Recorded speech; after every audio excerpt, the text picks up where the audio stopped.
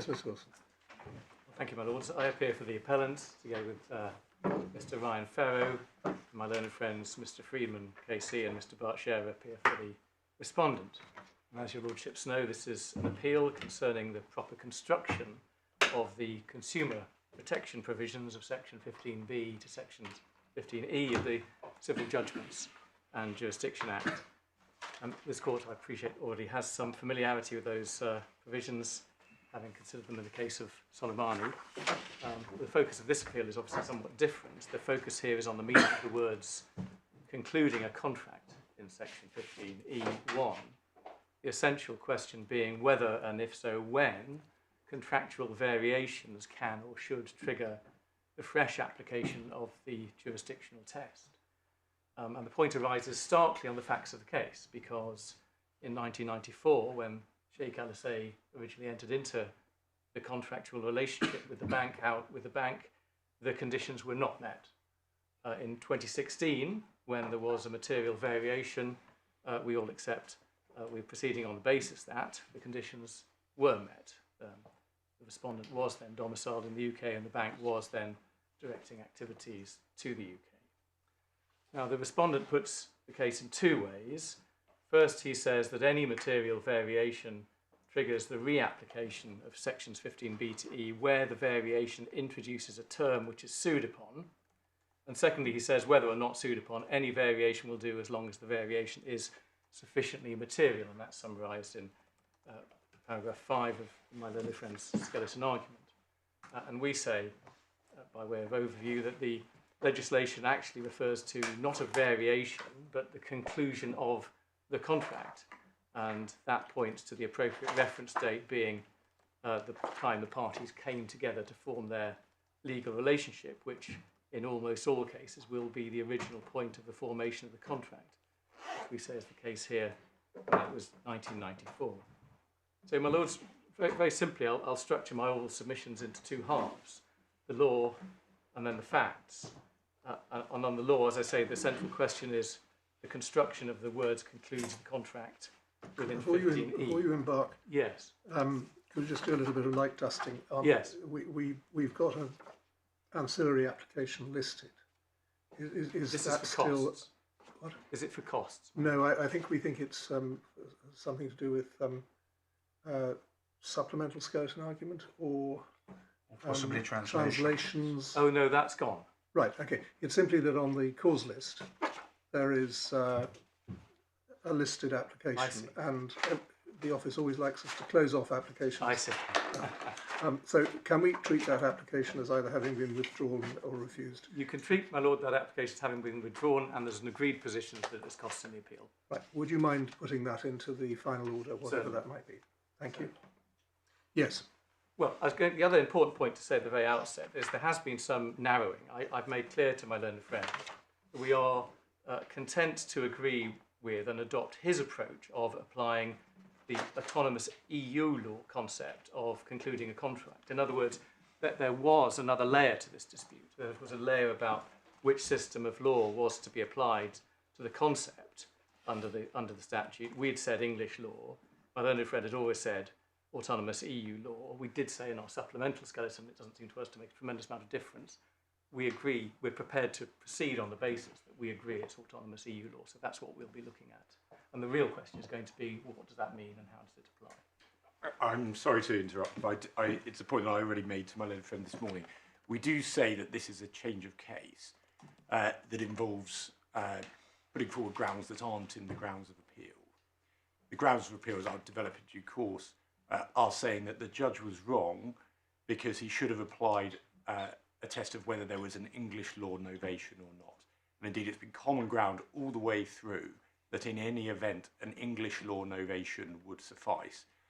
I understand from the way my learned friend explained it to me in email over the weekend that they're now abandoning that suggestion. So I'll let my learned friend obviously make those submissions, but I just want to put that marker down that we say that this is not within the grounds of appeal. All right, well, we'll bear that in mind and respond accordingly. But obviously we're making this concession in order to try to narrow the issues and help the appeal be dealt with more efficiently. So I'll deal with the law first and then deal with the facts. But there were two preliminary points, actually possibly three preliminary points I just need to make before getting that far. The first, and they're both very short, the first is that the context in which the issues in this appeal arise are clearly atypical. The appellant is a Lebanese bank. The respondent was a customer, but not an ordinary consumer. He was an extremely wealthy individual. And in these proceedings, he's bringing claims for some US dollar 24 million held in accounts in Lebanon. But nevertheless, we are proceeding on the basis that the arguments and issue on this appeal must be tested by reference to the rights and protections to be afforded to consumers generally, just as I think that approach was taken in Soleimani, even though similarly Mr. Soleimani was not a typical consumer in that case. Well, he may not be a typical consumer in the lay sense, but he is a consumer, isn't he? Except he is a consumer, Yep. yes. So that's the first point. The second point is that I don't really need to spend time on grounds 1 or 2. And if we can just turn those up briefly, I can explain why. The grounds of appeal are in this core bundle at tab 1, starting at page 14. And ground 1 was that the judge had applied a good arguable case test to the legal question of what does the concept of concluding a contract mean. And we had said that that was wrong for the judge to decide that question only on a good arguable basis. He was required to determine it on a final basis. Otherwise, the scope of the jurisdictional test would become anything arguably within the scope of the jurisdictional test. But, and ground 2 was an alternative to ground 1. It was to say that if the judge was correct to apply the good arguable case test to that legal question, he misapplied that test. But the respondent now accepts, for the purposes of this appeal, that the court should reach a final decision and should look at this afresh and not merely a good arguable case decision on the proper construction of the provision. And for your lordship's note, that's in the respondent skeleton at paragraph 26. So it follows that we do need to consider afresh and determine on a final basis, not merely a good arguable case basis, the legal test for concluding a contract, and then we need to go on to consider afresh on the facts, albeit that the facts can be considered under a good arguable case basis, which in this case means who has the better argument. Well, speaking entirely for myself, yes. I think I would like to be helped on whether the judge has in fact applied, at paragraph 53, yes, a good arguable case test to the test, yes, or whether he hasn't in fact adopted the high test of a change in the entire legal relationship yes, and applied it. Very good. Yes. So I understand why you say what you say. Yes. But I, speaking for myself, I may need persuading that we need to start again rather than I understand. decide whether the judge was right to take that approach. Yes. Well, could we then turn to the judgment below, and I'll start with that. Sorry, you had 3 preliminary points. No, actually, that's there were 2. There were 2. I've crossed Thank the you. last one out. So the judgment we can turn to is at tab 9, core bundle. And obviously this was dealing with a wider set of issues than are live on this appeal. So only part of it is directly relevant now, but we can pick it up at page 94. Paragraph 27, under the heading Competing Dates for Concluding a Contract. I won't go through this in detail. Over to page 96, paragraph 33, we see where the 2016 date comes from. That was the date of the claimant signing a pack of new contractual documents and updating KYC documents, and the judge identifies there what that pack included. And paragraph 34, the judge refers to the new general account terms, and one can see that he makes the point that although Mr. Friedman initially placed emphasis on paragraph 1, which said the client requests Audi Private Bank to open a general account in his name, I do not regard this of itself as particularly pertinent. It likely exists in each such general terms included in the document where an account is already open and terms are being updated, or where a new account is in fact opened. There is no evidence to suggest that in November 2016 any new account was in fact opened. And that's going to be important, my lord, in my submission when we get to see the facts. And the judge goes on there to talk about what accounts were opened and when. And then in paragraph 37, the judge refers to the written evidence of Mr. Ghazala, which we'll need to look at. And he says Mr. Ghazala gives evidence that the claimant signed 2016 terms as part of a routine file review when a member of the compliance team noticed that Sheikh Alesayi had not signed updated account documentation. He continues, this was not unusual and was simply part of AP's attempt to maintain up-to-date documentation for its customers, as any bank would, although the contractual documentation and KYC were updated by the signature of these further documents in 2016, this did not create a new bank account. Claimant's funds remained in the account, and the reference there to the account is in the singular because, as we'll see when we look at the facts in more detail, the bank opened an account with a designation number, and then there was a series of sub-accounts with suffixes to that designation number. And then we should briefly look at 39 onwards, where he talks about the November 2016 terms and conditions. I accepted below that these terms and conditions affected a variation, and that variation was substantial, comprising a whole new suite of terms and conditions. However, it's contended that the consumer contract which existed between the parties was concluded on the opening of the 1994 account, and the fact of the updated terms and conditions does not affect that. And then there's a long discussion of a decision in Khalifa and Blom Bank of Mr. Justice Foxton. We'll come back to that case. And then the conclusion, as your lordship just pointed out, is paragraph 53. And it's here that we do say there was some wrapping up of the various tests involved. Irrespective of whether there was a formal legal novation by the agreement to the 2016 terms, there is no doubt that in 2016 there was a fundamental restatement of the parties' legal relationship, which extinguished all the terms upon which the parties had been operating and substituted them with a wholesale with a comprehensive set of new terms. So that's a factual reference on the facts of the judge's interpretation of the new terms. Then it says, as set out above, the 2016 terms also introduce the very rights upon which the consumer seeks redress. Again, a factual statement.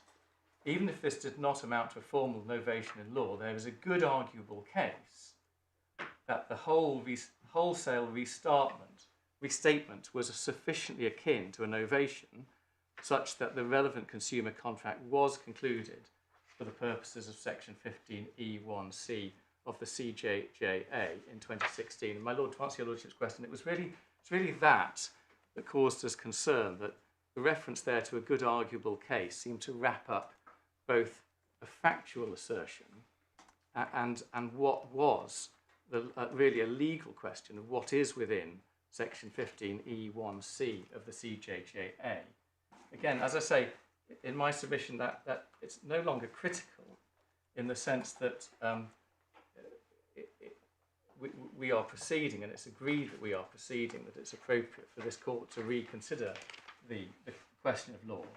And in any event, we would say what's happened here is, even if this were a final finding on the law, we would say that that expression is not correct as a matter of law. So in other words, the judge's finding of the law is that what is required is either a fundamental restatement of the parties' legal relationship or a variation which introduced the very rights on which the consumer seeks redress. But for the reasons I'll develop, we don't accept that either of those actually espouse the correct test. And we're approaching this under EU law. Under EU law, the correct test is to look at the original point of contracting, unless there is, at a subsequent point of time, its replacement with a new legal relationship and not merely a restatement, even an extensive restatement, of an existing legal relationship. Sorry. Yes, ma'am. Can I just write that down? Can you just take that more slowly? What do you say is the test? Because I want to see how it's different from what's in paragraph 53. Indeed. We say the test is neither a fundamental restatement of the relationship nor a variation introducing the rights on which the consumer seeks redress.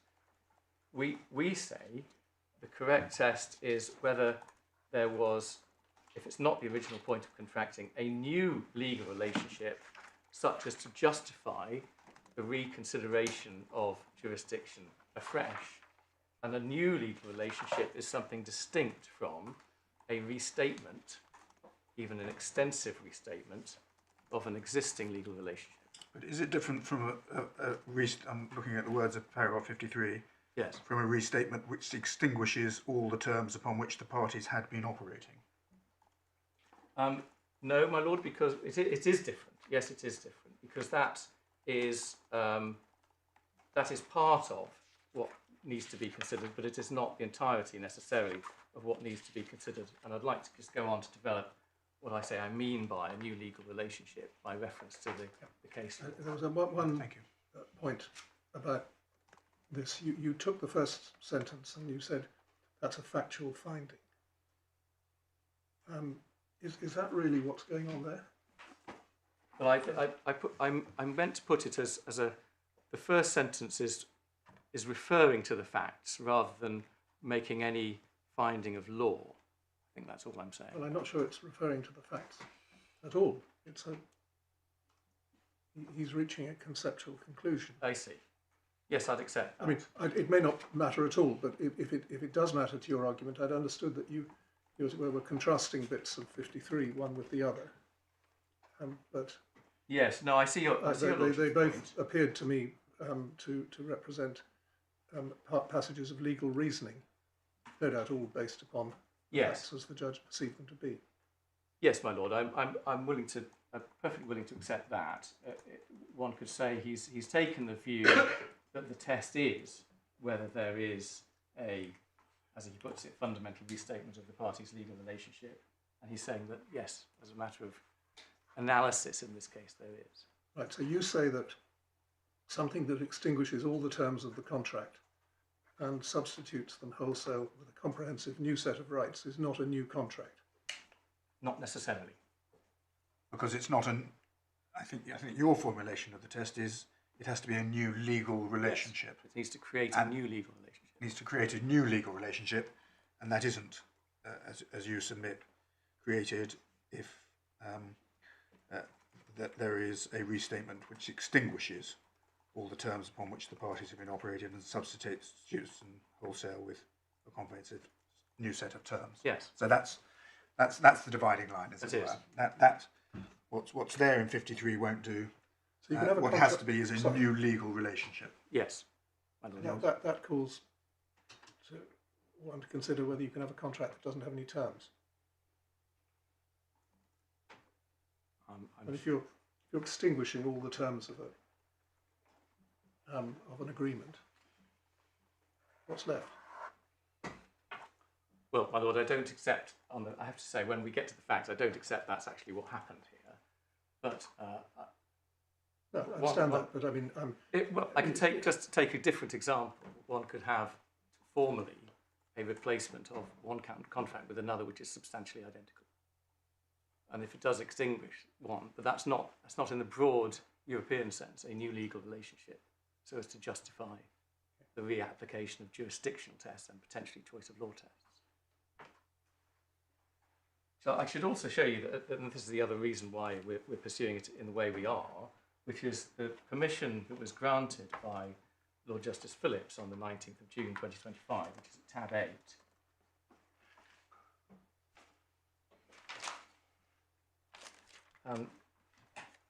One can see the reasons given there at page 83.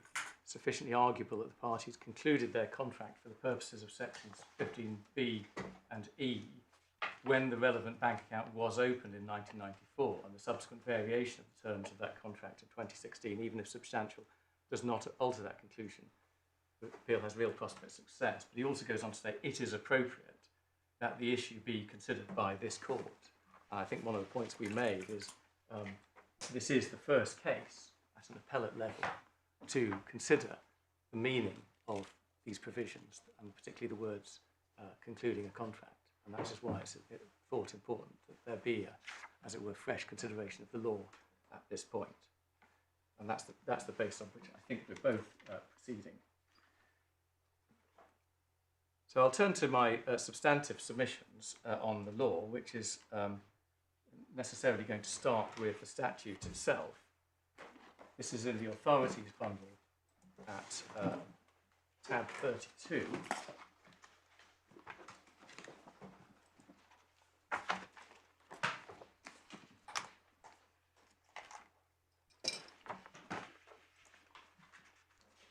Starting we can turn to the beginning of the amendments to this, which are on page 876. So we have the existing heading, jurisdiction, recognition of enforcement of judgments within the United Kingdom, and then the next heading is, and everything thereafter has been added by the Civil Jurisdiction and Judgments Amendments EU Exit Regulations 2019. And what follows is modelled on and essentially an adoption of the equivalent provisions in Articles 17 and 18 of Brussels Recast. In 15A, page 877, it says 15B to 15E make provision about the jurisdiction of courts in the United Kingdom in matters relating to consumer contracts where the consumer is domiciled in the United Kingdom. At 15B, 1, this section applies in relation to proceedings whose subject matter is a matter relating to a consumer contract where the consumer is domiciled in the United Kingdom. And then 15B2 provides that where the matter relates to a consumer contract, the consumer is entitled to sue in the courts of the place where he's domiciled. 15B3 provides that he can only be sued in the courts of the part of the UK where he's domiciled. And then importantly, when we get to 15E, which is on page 880, we have the definition of consumer contract, and the definition of refers to a person who concludes the contract. And then C, a contract which has been concluded with a person who, and then we have the requirement of pursuing or directing activities to the United Kingdom, and the consumer contract must fall within the scope of such activities. So it's common ground on this appeal that both the relevant tests, the pursuing and directing activities and the test of domicile, have to be met at the time the contract is concluded. And it's also common ground that the domicile test must also be met at the time of bringing the proceedings. That arises from the words of 15B2B. Back on page 877, the consumer can sue in the place where the consumer is, present tense, domiciled, and it's been held as a matter of EU law that also requires domicile at the time of the claims being brought. In other words, there are two dates on which the domicile test needs to be satisfied. But as I say, that's peripheral. We're focusing on the words in 15E, includes the contract and a contract which has been concluded. And we would say that naturally points to the formation of the legal relationship between the parties, which will normally be the original date of contracting. It should certainly not be the case that those requirements fall to be tested every time there is a contractual variation. And I stress that is essentially the case that is being made against me by the respondents, who say in their respondents' notice that what is required is only a material variation or a variation giving rise to a term which is sued upon. The language does not use the term variation or amendment. And in fact, if we go back to 15B, the only provision that allows for a change of jurisdiction on its face is 15B6, which allows for there to be a departure, but only after the dispute has arisen and only by an agreement. So as a starting point, we would say that it's certainly wrong to say, is just on the wording, that this test falls to be reconsidered every time there is a material variation. And we would say what has to be kept in mind as a matter of principle is, well, why does what has happened, however change has occurred, why does that make a difference for the purposes of jurisdiction?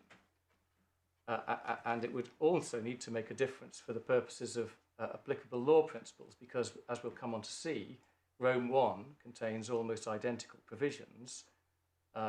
So if we're in a position where the jurisdiction needs to be retested, so does the governing law. And that's why we need to be cautious. Just one hypothetical example would be a situation where parties enter into an agreement which is clearly not a consumer contract because the tests aren't met, and the parties know it's not a consumer contract, and they deliberately choose a particular jurisdiction, which is not the UK, and is not based on domicile. If there's a later variation, and it just so happens that at the time of that later variation, the conditions in section 15A to E, and the equivalent under Rome 1, are met, then suddenly a new mandatory set of jurisdictional rules come into play which override the consensual jurisdiction agreement. And this is important to point out, this isn't a gateway in the normal sense. These are mandatory provisions which create a special jurisdictional provision which requires the trader to sue only in the courts of the United Kingdom. So that's just an initial example of why we need to be cautious. As a matter of principle, as I say, we accept these provisions are closely modelled on and essentially adopt Articles 17 and 18 of Brussels recast, and they retain the protections afforded to consumers. And consistently with that, we've seen at page 880 in paragraph 15E2 that regard is to be had to the relevant principles of the European Court laid down prior to IP completion date. So it's essential in construing these provisions to bear in mind that the Brussels recast counterparts were derogations from the usual principles of jurisdiction, and as such were to be and are to be interpreted strictly, and we get that in the Gruber decision, which is in tab 19 of the authorities bundle.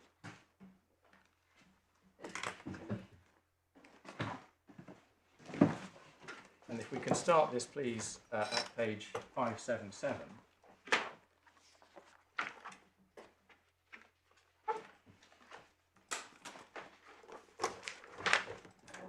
And what's said well,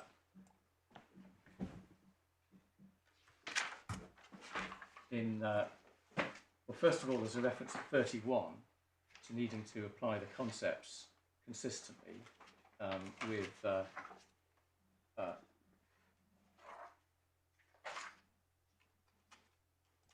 yes, the concepts used in the Brussels Convention, which include in particular that of consumer. I'm so sorry, where are you? I'm just reading the first part of 31. Okay.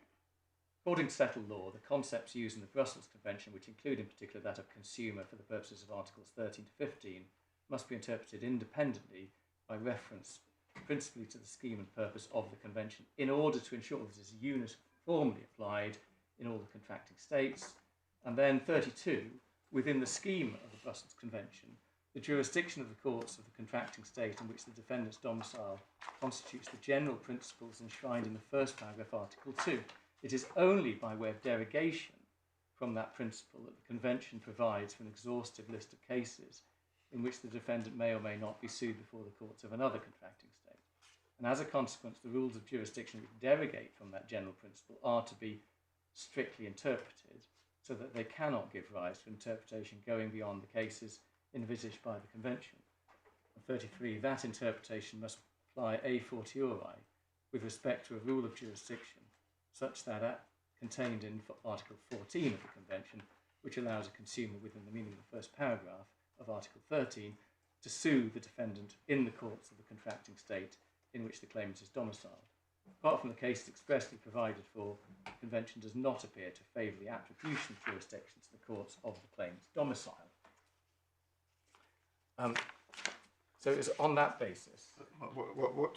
What's here meant by strictly interpreted so as not to give rise to an interpretation going beyond the cases envisaged by the Convention?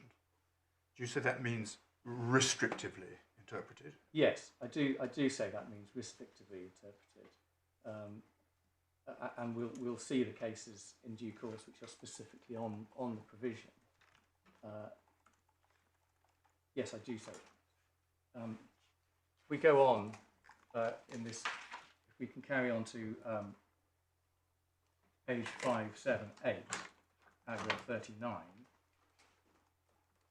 goes on to say a little bit more about the purposes of the provisions. It's already clearly apparent from the purposes of Articles 13 to 15, namely to protect the person who is presumed to be in a weaker position than the other party to the contract. That the benefit of those provisions cannot, as a matter of principle, be relied on by a person who concludes a contract for a purpose which is partly concerned with his trade or profession, was therefore partly outside it. And then at 42, where a contract has a dual purpose, it is not necessary that the purpose of the goods or services for professional purposes be predominant. And then 43, second half of 43, moreover, the definition of a contract concluded by the consumer must be strictly interpreted as it constitutes a derogation from the basic rules of jurisdiction laid down in the first paragraph of Article 2 and confers an exceptional jurisdiction on the courts of the claimant's domicile. So that it's not an issue in this case that there was anything like a dual purpose to the contract, but the point is that's just an example of how the courts are restrictively interpreting the concept of a consumer contract, so as not to expand it into an area where the contract is not entirely for consumer purposes but may also be for trade purposes. So we've seen the case also... yes, all right. It also seems to be an application of the principle that the interpretation should give effect to the purpose identified in the recital. Oh, yes. Which is to protect the consumer as a weaker party. Yes. And these factual circumstances don't involve the consumer being the weaker party if it's in part for a professional purpose. Indeed. Yes, I agree with all of that. And it's right to say, in fairness as well, that there's no individual consideration in these cases whether the particular consumer is the weaker party. It's just presumed, and that's built in to the operation of the provisions. I'm not sure what introducing a concept of restrictive interpretation really adds to this. I mean, it's paragraph 43 that is your real paragraph as relates to this this appeal, and it says that it's got to be strictly interpreted. I can't see any warrant for saying that strictly interpreted means restrictively interpreted. It's got to be interpreted for what it is. No, I agree. It's not to spread into other areas. Yes. Nor is it to be narrowed down. No, I agree. I'm simply pointing out that this is what the court has said, and it is relevant to the case that I'm meeting, which is what we would say an overly wide interpretation of provisions, which allows any material variation or any variation introducing a term to be sued upon to be read into the provisions, and that is not a strict interpretation. There's also the principle of certainty, which is an important, the other general important principle, and that's referred to in paragraph 45. Halfway down there, it's also most consistent with the requirements of legal certainty and the requirement that a potential defendant should be able to know in advance the court in which he may be sued, which constitutes the foundation of the convention. And similarly, that's actually set out in terms in the recital to Brussels recast. That's at tab 37.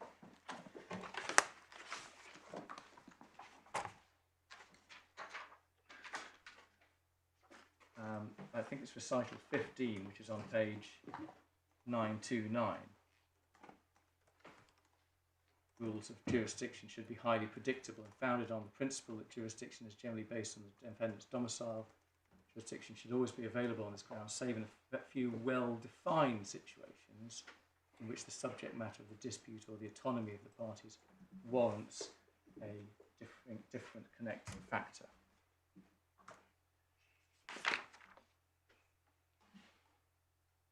So as I say, I'm directing all of this against the concept of too wide an interpretation which allows any material variation to reset the tests for jurisdiction and indeed choice of law. Those are the principles. There's also the practicality once a consumer and a trader have originally contracted, one can take it at that point that they understand each other's position, but a consumer doesn't necessarily know if a trader has, post the original contraction position, begun or ceased to direct its business into the UK. That might not be at all obvious. And the trader equally doesn't necessarily know if the consumer has changed domicile since originally contracting. And so that might work both ways. It might mean that the consumer protection provision comes into play at a subsequent point of time, in the sense that those, if retested, the test would apply. But it might also mean that the consumer protection ceases to apply if one of the conditions under the legislation has ceased to apply at the time of variation. So if we're taking it in terms of an important principle of consumer protection, then actually certainty is in fact aligned with that. And the need not to change jurisdiction unnecessarily is equally aligned. Sorry, can I just try and unpick that? Yes. Take a case where there's no variation at all. Yes. These rules assume that jurisdiction is to be fixed by reference, on the one hand, to domicile, and on the other hand, to activities conducted in or directed at Yes. that place of domicile. Yes. It may or may not be that the bank is aware of domicile at that stage. May or may not be that the consumer is aware of exactly where the business is being conducted or at which it's being directed. But this is a set of mandatory rules that applies at that stage. Why is the fact that there might be a similar but no greater degree of uncertainty at the stage of a variation Well, I think a factor which militates in favour? Yes, no, I understand.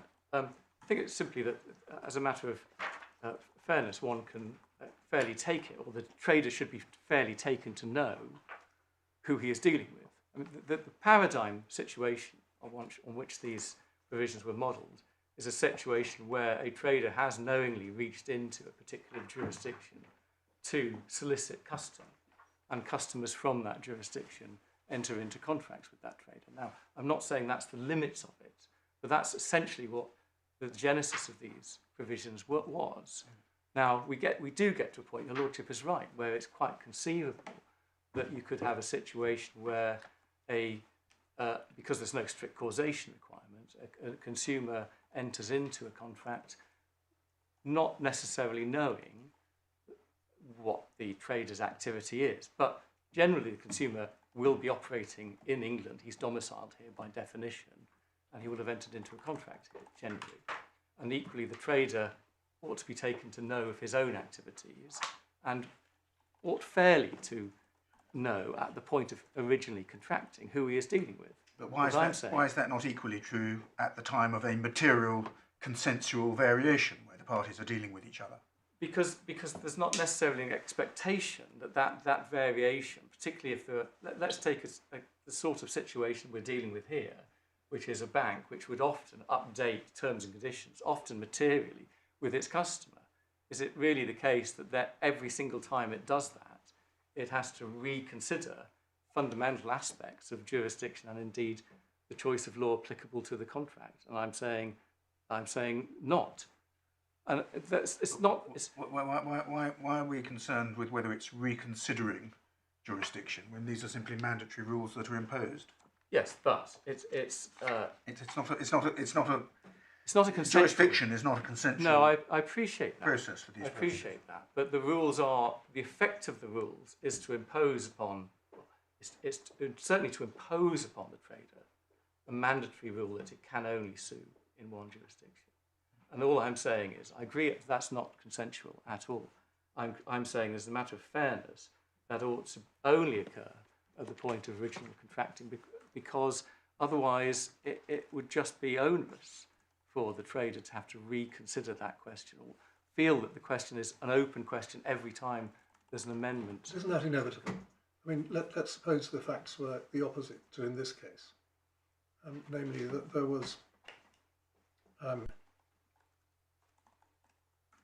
instead of a client of yours who claimed to be moving into the EU, you were doing business with a client who was in the EU, who entirely autonomously moved out of the EU. And there'll be examples, no doubt, Yes. maybe some as many as the other, of both situations. I mean, at the moment, we're concerned with the case of somebody who's moved into the EU Yes, we are. and claims to gain protection Mm. of the courts here, but there could just as easily be somebody who's moved out and has lost it. Quite. So why does it pull one in one direction rather than the other? It doesn't, my lord. But what I'm saying, it would be, I'm taking all these points together, that the natural meaning of the words points to the conclusion of the contract, which, not the variation of the contract, but the conclusion of the contract, so the original point of contracting. And what those words suggest is that is the point at which the mandatory... Yes, but the point you were making is it's rather hard on banks yes. who, in the nature of things, keep updating their terms. Yes. If that puts them at risk of changing their contractual relationships. Yes. As it were, unknowingly. Yes. But I mean, the point I'm making is that it can work. It can work both ways. It can work both ways, my lord. And I take the point entirely.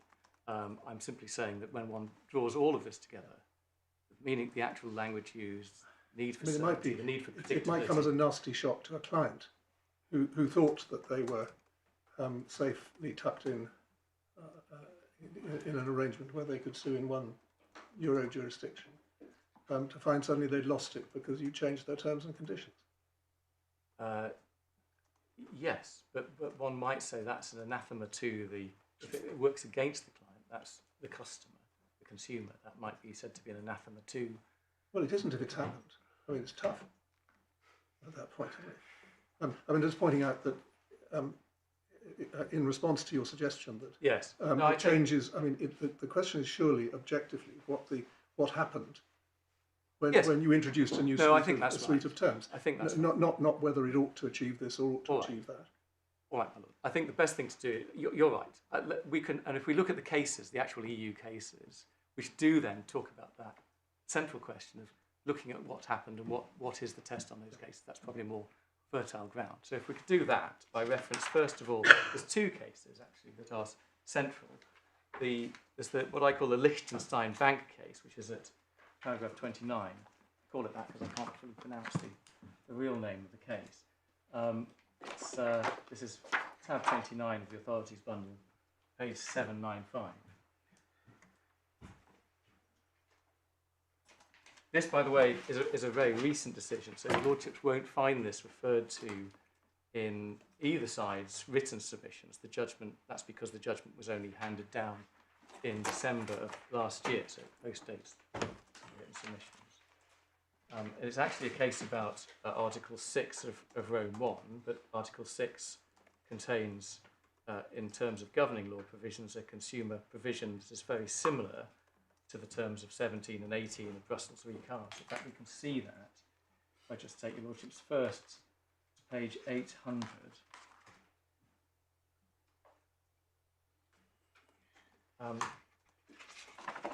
Which is part of the the Advocate General's opinion, but one can see at AG 4.5, he sets out the relevant parts of Article 6, and we can see in the first line of Article 6.1 that it uses the phrase "a contract concluded," and A and B contain the same requirement that the trade must be pursuing or directing its activity into the country. There is a difference. The test is one of habitual residence, not domicile, but otherwise the provision is essentially in the same terms. Rome 1 is now assimilated law, so the UK courts continue to apply Rome 1 as domestic law. So it's still Article 6 that determines governing law in consumer cases. But if we look at the facts of this case, starting at the headnote at page 795, we can see that the consumer, this is a similar case in the sense it's a consumer at a bank. The consumer entered into his contract to open a current account and securities deposit account with the Liechtenstein Bank in Austria. He did that in 2013.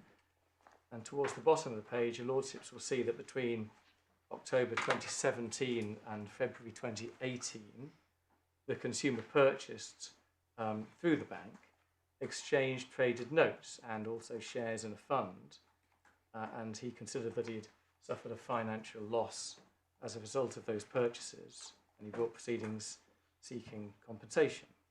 If we go over the page, please, just looking at the head note at the top, second line, on a reference to a preliminary ruling, the court held that, 1, in accordance with Article 3 of the Road 1 regulation, a contract was to be governed by the law chosen by the parties. 2, a contract concluded by a consumer with a professional was to be governed by the law of the country where the consumer had his or her habitual residence, provided that the conditions set out in that provision were met. 3, it was only where the contract at issue did not satisfy those conditions, which must be verified at the date of its conclusion, that the contract was governed by the law chosen by the parties. 4, the regulation sought to ensure legal certainty in the European judicial area through highly foreseeable conflict of law rules.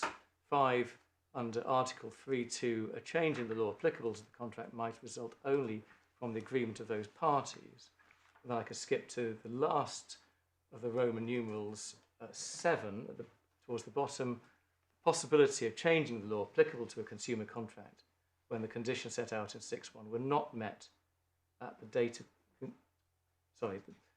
The possibility of changing the law applicable to the consumer contract when the conditions were not met at the conclusion of the contract but were subsequently met during the course of the commercial relationship was excluded by the wording of that provision, the scheme and objectives pursued by that provision corroborating that interpretation.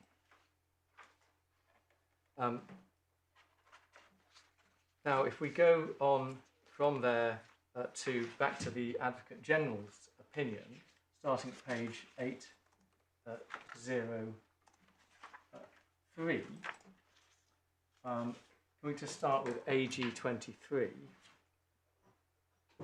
The referring court wonders, in the first place, whether the satisfaction of the condition of Article 6.1 of the regulation in the course of an ongoing commercial relationship that is already established means that the legal effects of that provision... So sorry, it's my fault. Where are you? I do apologise, my lord. It's page 803. Yes. In the middle, the paragraph is numbered AG 23. Thank you. It's not your fault, it's mine. Thank you. And I was just reading the first part of that. First, an ongoing relationship that is already established means that the legal effects of that provision are to apply to transactions carried out after the satisfaction of those conditions. So this is the question, in spite of the fact that the choice of law applicable was made by the parties at the time when the relationship was established. The referring court considers that there's no doubt that the bank directed its activities to the state of residence of the consumer after 2016, and that the subsequent orders placed by the customer could be linked with those activities. So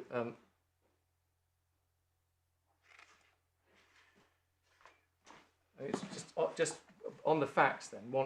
It is a situation where one could say that the purchase of each new exchange traded note or each new fund investment was a variation or even a new contract.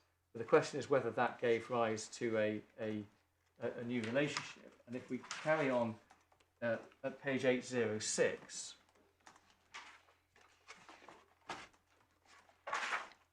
AG 36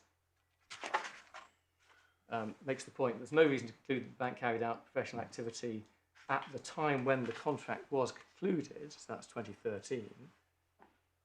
And then if we go to AG 43 over the page 807, halfway down AG 43, in that context, it should be noted that it follows from recital 24 of Rome 1 that the EU legislature wished to ensure consistency with Regulation 44/2001, which was Brussels 1, requiring the concept of directed activity as a condition for applying the consumer protection to be interpreted harmoniously. And the context of that is obviously directed activity, but there's a more general point of needing to construe the two sets of regulations consistently with each other. And then if we go to 8.10,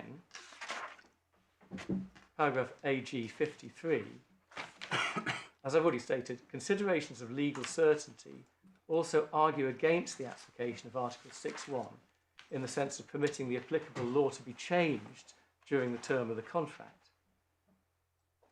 As is apparent from recital 16 of that regulation, and he refers again to the need for legal certainty and the conflict of law rules should be highly foreseeable. And then paragraph AG 54, I consider that legislative objective would be seriously undermined if it were accepted that a subsequent change in the law applicable to the contract might be made not only independently of the will of the parties, but also following a fortuitous and single event. AG 55, the opposite point of view would have serious consequences for legal certainty. Any type of conduct by the professional towards his or her customers, even of the most discreet kind, would have to be examined in order to ascertain whether it entails a change in the law applicable in ongoing commercial relationships. It must also be borne in mind that any change in the applicable law, depending on the legal system concerned, would have a considerable influence on the contractual relationship between the parties. An ex post facto change in the applicable law would be liable to lead to the modification of an essential element of the contract. According to the account provided by the referring court, in the event that Italian law is applicable, the bank would be required to advise the customer about his investments, yet such advice was not provided for under the execution-only relationship agreed between the parties. And then, if we go on please to AG 58 over the page, intermediate conclusion, I consider that Article 6.1 of the regulation should not be interpreted broadly insofar as it does not permit an ex post facto change in the law applicable to the contract in circumstances such as those of the present case. And then AG 59, a different outcome might be envisaged if the various orders placed after the condition for the application of Article 6.1 were satisfied regarding as constituting autonomous contracts. The same would apply if the orders had altered the contract existing between the customer and the bank to such an extent that the modification reflected not a mere updating or amendment of that contract, but and this is where I get that phrase from I used earlier, the creation of a new legal relationship between the contracting parties. And then there's a reference to Nikiforidis. It says, in that regard, it should be borne in mind that the court held in its judgment in the case of Nikiforidis, the entry into force of Regulation 593/2008 did not lead to the application of that regulation to a contract before it entered into force, unless that contract had been amended to such an extent that the new contract had been regarded as having been concluded. In applying the basic idea that underlies that case law, it would be necessary to examine whether the individual financial transactions carried out by the consumer over time may be legally distinguished from the initial contract between the customer and the bank, or whether they entail substantial modifications of that contract. However, certain factors suggest that is not so. It is apparent from the order for reference that in signing the contract under which the securities deposit account and the current account were opened, the customer of the bank entered into a contractual relationship of indeterminate duration. That contract constitutes a kind of framework contract, since that contract serves as the basis for all subsequent orders for the purchase and sale of the financial products placed by the customer. And then finally, 62, all of the orders placed by the customer and carried out by the bank therefore form part of that framework contract, irrespective of the date on which they were executed. Likewise, there is no indication that the contractual relationship between the customer and the bank was modified after the date, according to the referring court, began to direct its activity to Italy. It is for the referring court, however, to determine whether and if so, to what extent the contractual relationship that commenced between the customer and the bank in 2013 was subject to an amendment of such magnitude that it would not give rise to a mere updating or amendment of that contract, but to the creation of a new legal relationship between the contracting parties. In the absence of an indication of the contrary, in the order for reference may be assumed, for the purpose of the present case, there was no substantial change in the contractual relationship. Then we should look at the actual judgment in the case. Can I just be clear, what then was the supposed amendment in this case? There's a framework agreement, So there's a choice to make whether the contract is the framework agreement, or there's a number of separate contracts which incorporate the terms of the framework, and the Advocate General is choosing the first of those possibilities. What then was the suggested amendment that was made on entering into a separate, an individual contract within the framework? Well, I think it was just that. I think it was just the question of whether the entry into individual trades or individual investments in funds constituted of itself an individual contract or an individual. So it's not an amendment case at all, really. It's not in that sense an amendment case. No, your lordship is right. These were subsequent trades going on, subject to an existing relationship, and it was clear on those facts that the existing relationship remained the same. Your lordship is right. I'll come on to our facts and say why there are difficulties with our facts on. But I'm just looking at this for the time being, and just to complete this, we're on page 823. I want to show you, Lordship, the judgment, which essentially agrees with the reasoning of the Advocate General. And I can pick it up from page 823, paragraph 39. In the light of the foregoing, the possibility of changing the law applicable to consumer contract when conditions set out in Article 6 were not met at the conclusion of that contract, subsequently met during the course of commercial relationship, is excluded by the wording of that provision, the scheme and objectives pursued by that provision corroborating such an interpretation. Furthermore, it is true, as the referring court has pointed out, that examining the scope ratione temporis of the regulation, the Court of Justice has held that it cannot be ruled out that an initial contract concluded before the entry into force of that regulation may be replaced by a new contract in the event of an amendment to that initial contract agreed between the contracting parties of such magnitude that it gives rise not merely to the updating or amendment, but to the creation of a new legal relationship between the contracting parties, capable of leading to the application of the conflict of law rules. And that's Nicophorus, which we'll look at next. However, in the present case, in the light of the information provided by the referring court, it cannot be considered that the financial transactions carried out after the Padua event are capable of forming a legal relationship other than set out on the contract on which the consumer's ongoing business relationship with the bank is based. So this is a case, as my lord says, in which no change in the legal relationship at all. Yes. Because all the subsequent transactions were made under the first contract. Were part of. So it doesn't help us hugely on. Well, it helps us on establishing what the legal test is for a change, and it's not merely a variation. It's not merely an amendment. It's the creation of a new legal relationship, and that's also clear from the Nicophorus case itself, which is tab 23.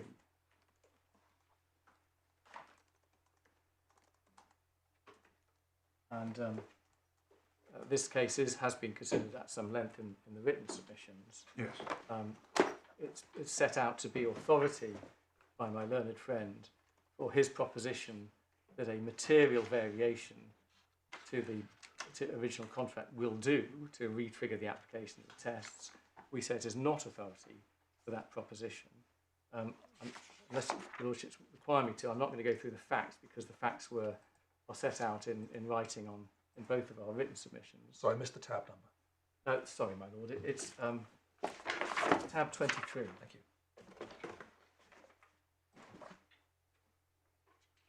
But it was argument about essentially whether on the date on which a contract had been concluded, and if it was concluded at a certain date, then Rome 1 applied, and if it didn't, then Rome 1 did not apply. We can pick it up from page 671.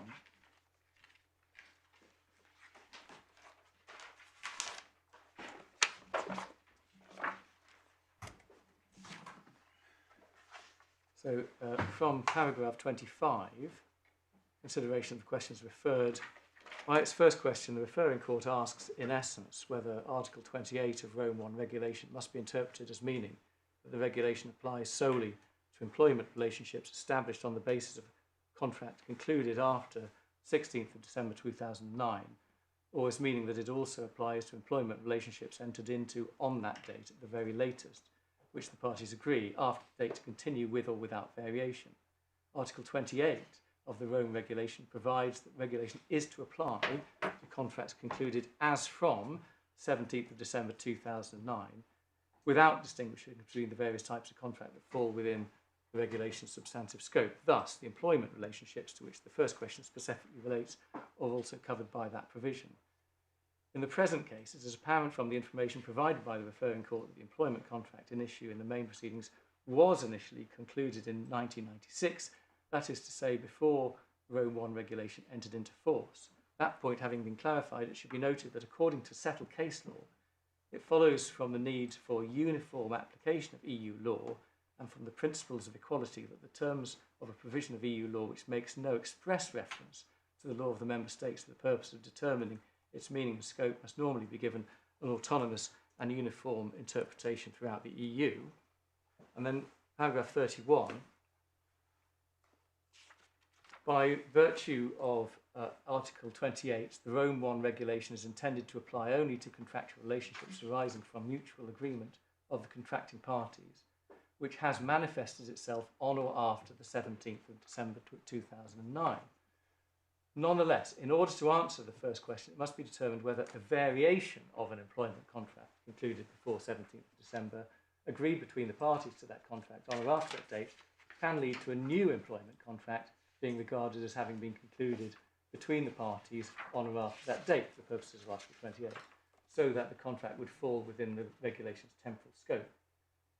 And then if I could ask your lordships to go down to paragraph 34 and the end of that paragraph, reading 5 lines up from the end of paragraph 34, it follows that, contrary to what the referring court envisages, any agreement by the contracting parties after 16th of December 2009 to continue performance of a contract concluded previously cannot have the effect of making the Rome 1 regulation applicable to the contractual relationship without thwarting the clearly expressed intention of the EU legislature. That choice would be called into question if any even minor variation made by the parties on or after the date to a contract initially concluded before that date were sufficient to bring that contract within the scope of the one regulation. So they're saying clearly that it's not just a case of any variation. Furthermore, it would be contrary to the principle of legal certainty and more specifically have an adverse effect on predictability of the outcome of litigation and uncertainty as to the new law applicable, which according to recital 6 of Rome 1 constitutes an objective of the latter, to hold that any variation made by the initial contract by mutual agreement on or after 17th of December brings that contract within the scope of the regulation and ultimately makes the contract subject to choice of law rules other than those applicable when initially concluded. On the other hand, and this is the possible exception, the possibility remains, as the Commission has pointed out in its written observations, that a contract concluded before the 17th of December 2009 may be subject, on or after that date, to a variation agreed between the parties of such magnitude that it gives rise not to the mere updating or amendment of the contract, but the creation of a new legal relationship between the contracting parties, so that the initial contract should be regarded as having been replaced by a new contract concluded on or after that date for the purposes of Article 28. So just taking a couple of points from that. First, it's clear that what's required is something more than a variation or even a material variation. What's required is the creation of a new legal relationship. It must follow that even a very significant material variation may not amount to a new legal relationship. And we get a sense of the facts of this case, my lord, by looking back at page 670, paragraph 21, where we can see that the question as framed by the German Federal Labour Court was framed by reference to what appear to be quite material variations. Your Lordship will see in the second half of paragraph 21 there's a reference to changes in the employment relationship, such as a contractual variation of the gross remuneration, of the obligation to work, or a continuance of work after a breach of contract, or after another form of interruption in the performance of the contract. So it looks like those were not considered to be sufficient variations. Is that right? Because the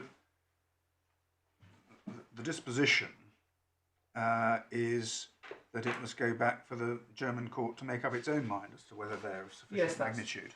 That's true. And then the European Court isn't expressing any view as to whether those matters would be of a sufficient magnitude.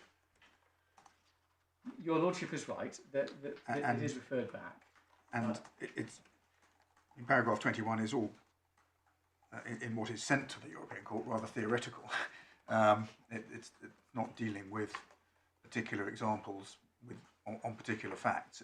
It's a preliminary ruling in which the German court has just raised this as a possibility as to whether it affects the position, and the European Court says this is the test, and it must go back to the German court to make their minds up as to whether the test is fulfilled. My reading of it was simply that if those had appeared to the European Court as obviously sufficient variations, then they might have said so, but I don't disagree with what your Lordship says about that. But I do say that none of this supports the respondent's formulation of any material variation. In fact, it's specifically saying that it's not just material variation that's sufficient, and certainly does not support the respondent's alternative formulation, which is to say that the concluded contract test is met afresh every time a variation introduces a term that is subsequently sued upon. That's simply no part of the EU test. And indeed, that would make no logical sense, because on that formulation, the question of whether a contract was concluded would turn on the subsequent happenstance of whether the subject matter of the variation ends up being the subject of litigation. So that we say that simply doesn't derive support either from the wording of Section 15E or the EU cases that we've looked at. The final case I should look at with Lordships is the same case as the judge below looked at in some detail, which was the Khalifa case of a decision of then Mr. Justice Foxton. This is in tab 8.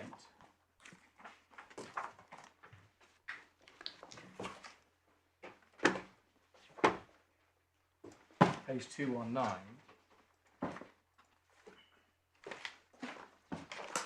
And you can see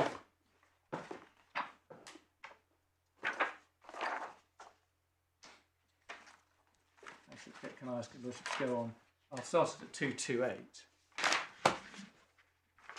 I was only looking at 219 just to make the point that, again, this is a case actually on Article 6 of Rome 1. It wasn't a case about jurisdiction, but we accept that the terms are very similar in Article 6 of Rome 1.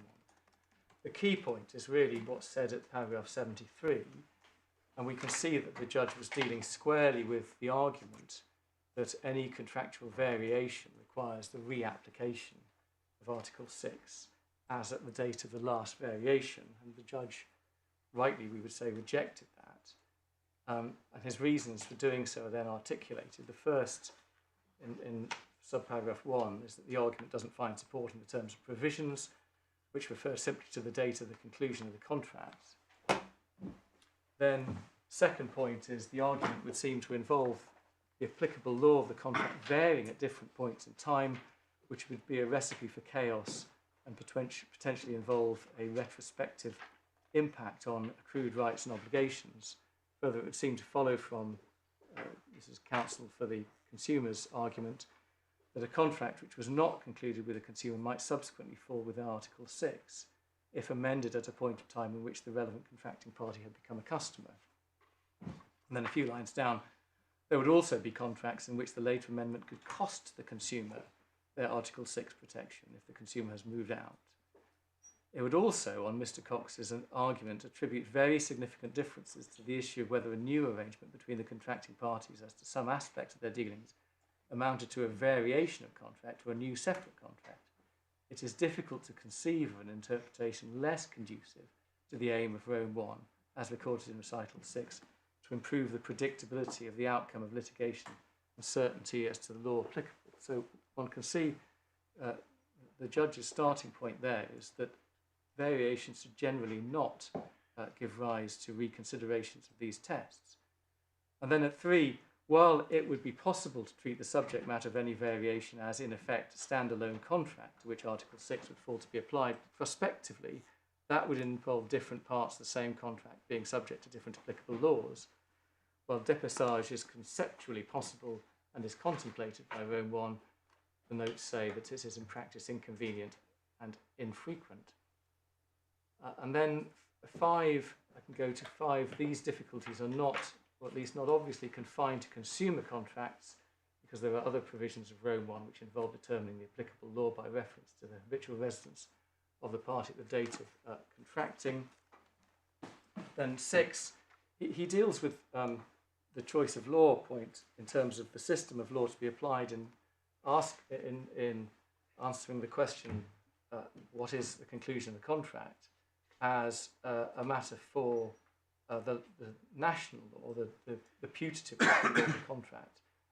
We're not approaching it on that basis. Neither party has adduced evidence of Lebanese law on the meaning of concluding a contract. And as I said at the outset, the parties have agreed to approach, in this case, the appeal on the basis of EU law. But then paragraph 7, subparagraph 7, it was really on the basis of this subparagraph that the judge below in our case said that it would be sufficiently arguable if there was something akin to novation. He adopted the phrases used here. What the judge actually says is there can be contractual variations which amount to a complete restatement of the parties' contractual relationship, which is where the judge below got that phrase from, sometimes with retrospective effect, or which involve something akin to a novation in practical, albeit not legal terms. The application of Article 6 in such a situation is best considered in the case in which it arises. However, the minimal and highly ancillary nature of the new terms agreed in this case is not supposed to raise that type of argument. So the important point here is that Mr. Justice Foxton was not purporting to set out the circumstances in which a variation would amount to a new contract, such as to justify the retesting of the jurisdictional conditions. He was simply contemplating that such situations might arise and postulating some circumstances in which that may give rise to different considerations. He was not seeking to set down, as it were, principles of law which should be applied, which should in fact be applied in a case such as this one. Now, at the hearing below, my learned friend sought to distinguish this case and Mr. Justice Foxton's considerations here on the basis that they should not apply in the context of jurisdiction. And the judge dealt with this below, and we say correctly. This requires going back to the judge's judgment in the core bundle at tab 9, at page 100.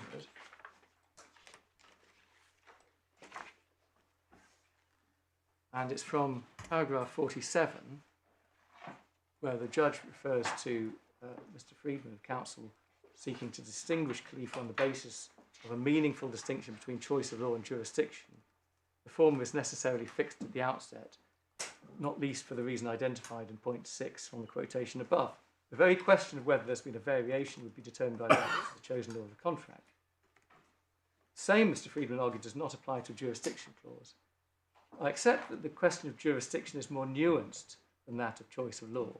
Pursuant to 15b, one element of the jurisdictional question is, as set out above, ultimately determined at the point of bringing a claim. If jurisdiction is not ultimately fixed until such time as a claim is brought, a fluctuation in the potential applicability of jurisdictional rules prior to that point, at least conceptually, is not as problematic as it is for a choice of law clause. To this extent, there is a valid distinction with a position under Rome 1. And this may also mean that the practical effect of a different approach to the meaning of conclusion when considering a jurisdictional test is not as stark as that justifiably described by Mr. Justice Foxton. However, I do not regard this as a complete answer.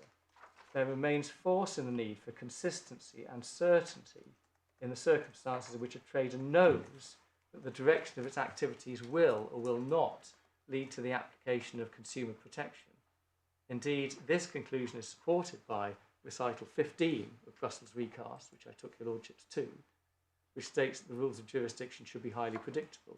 Therefore, notwithstanding the fact that Khalifa is not directly applicable, both as a matter of language and the promotion of coherence and certainty, I consider that it is right that the phrase has been concluded within section 15EC would not generally relate to the date of the last variation.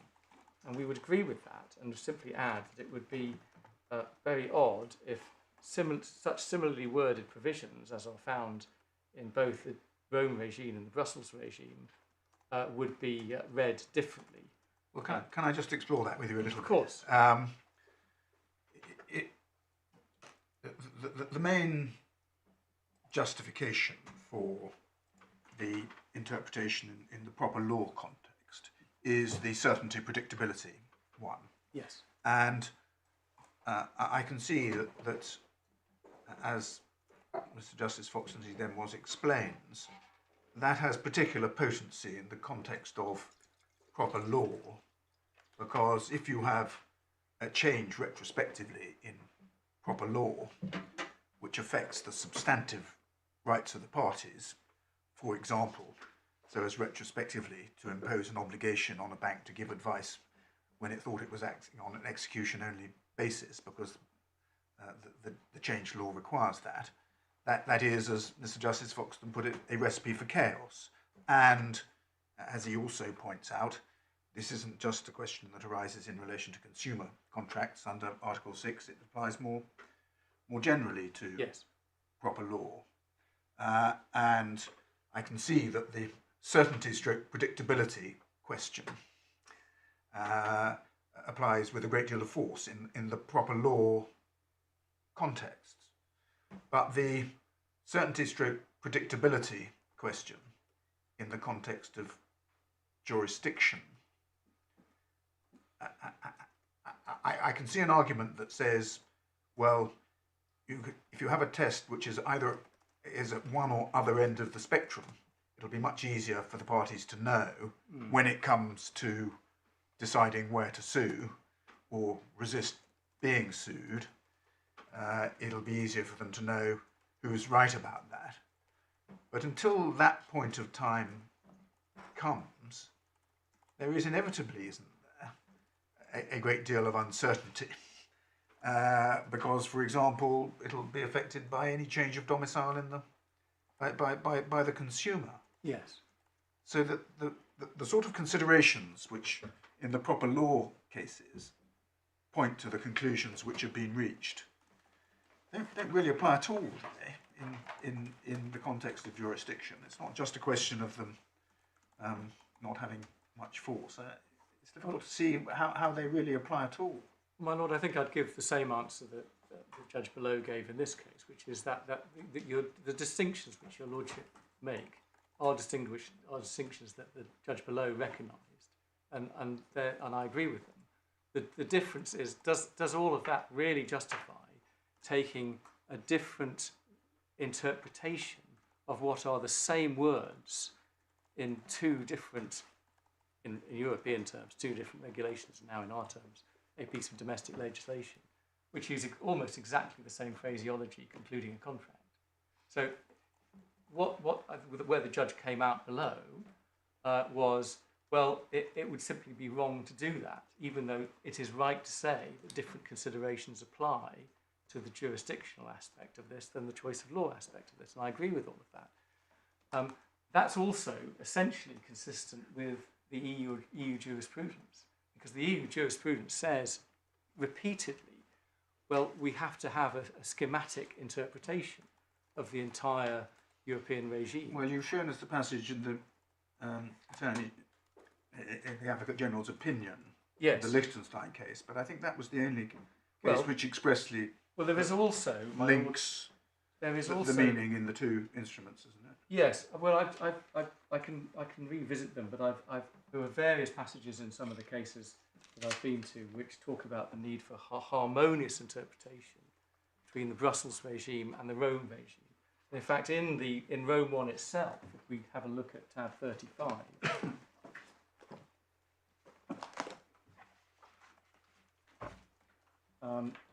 page 914.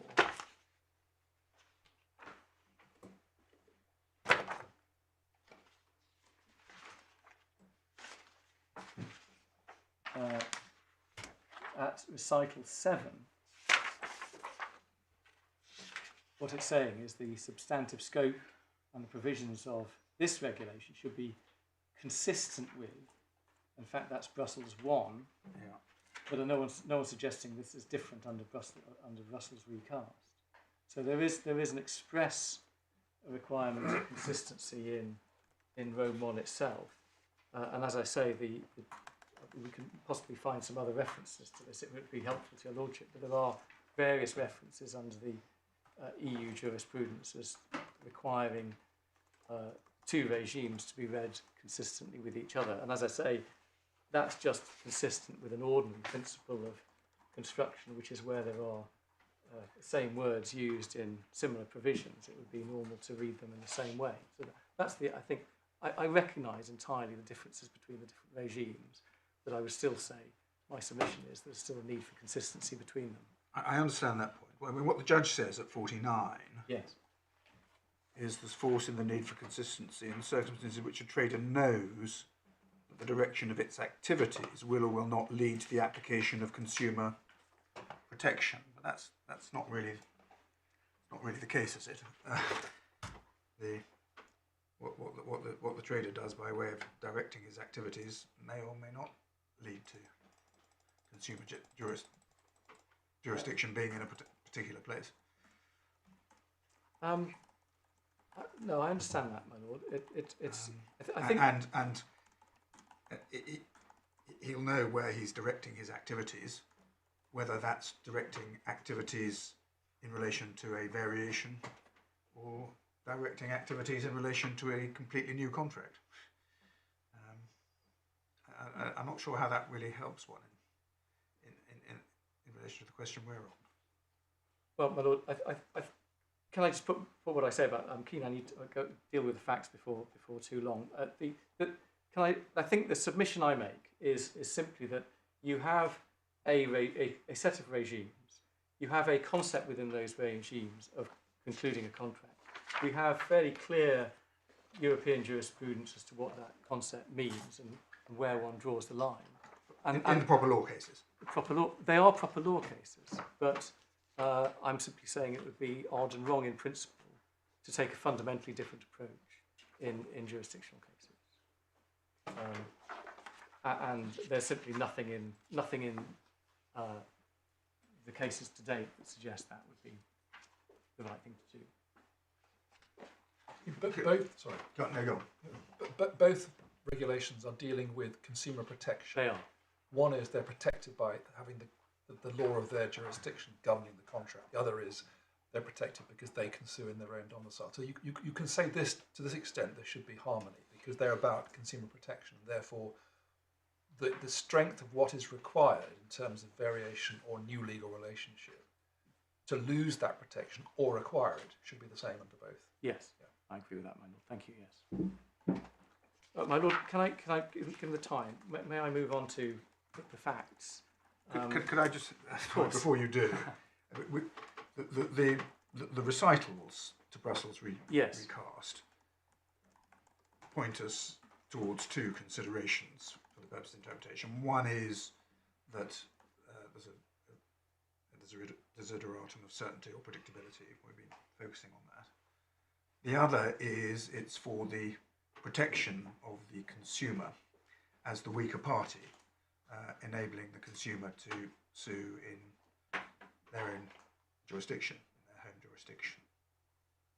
Do we get any guidance from that consideration as to how this should be construed?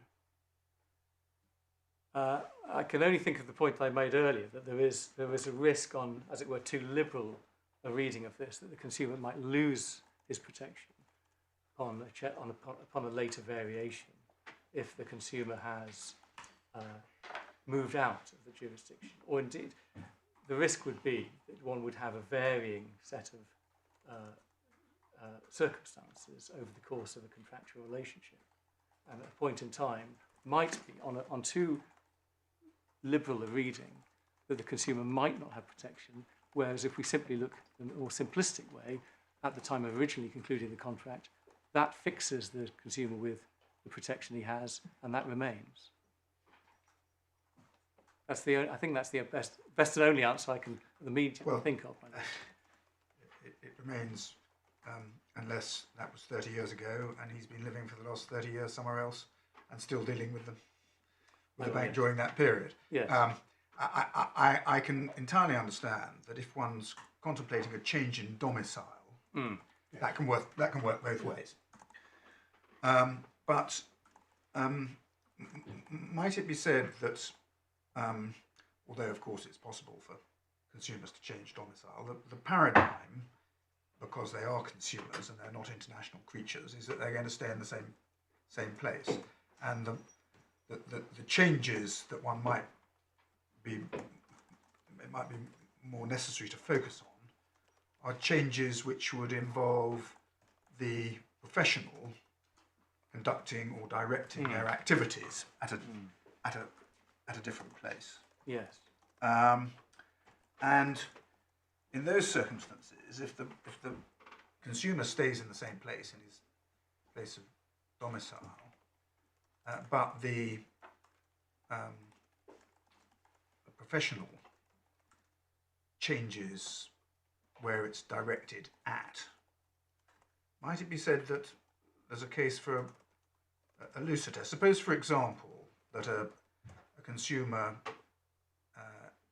enters into a contract with a professional by correspondence in the 1990s, and then the trader has a website and says all communications are now to go through the website. Or let's bring it closer in, but there's paper banking or in-person banking, and then eventually the bank says we've closed all our branches, we're only going to deal with electronic banking. So that there comes a point, which wasn't the case originally, at which the bank is now directing its activities. Yes, I see.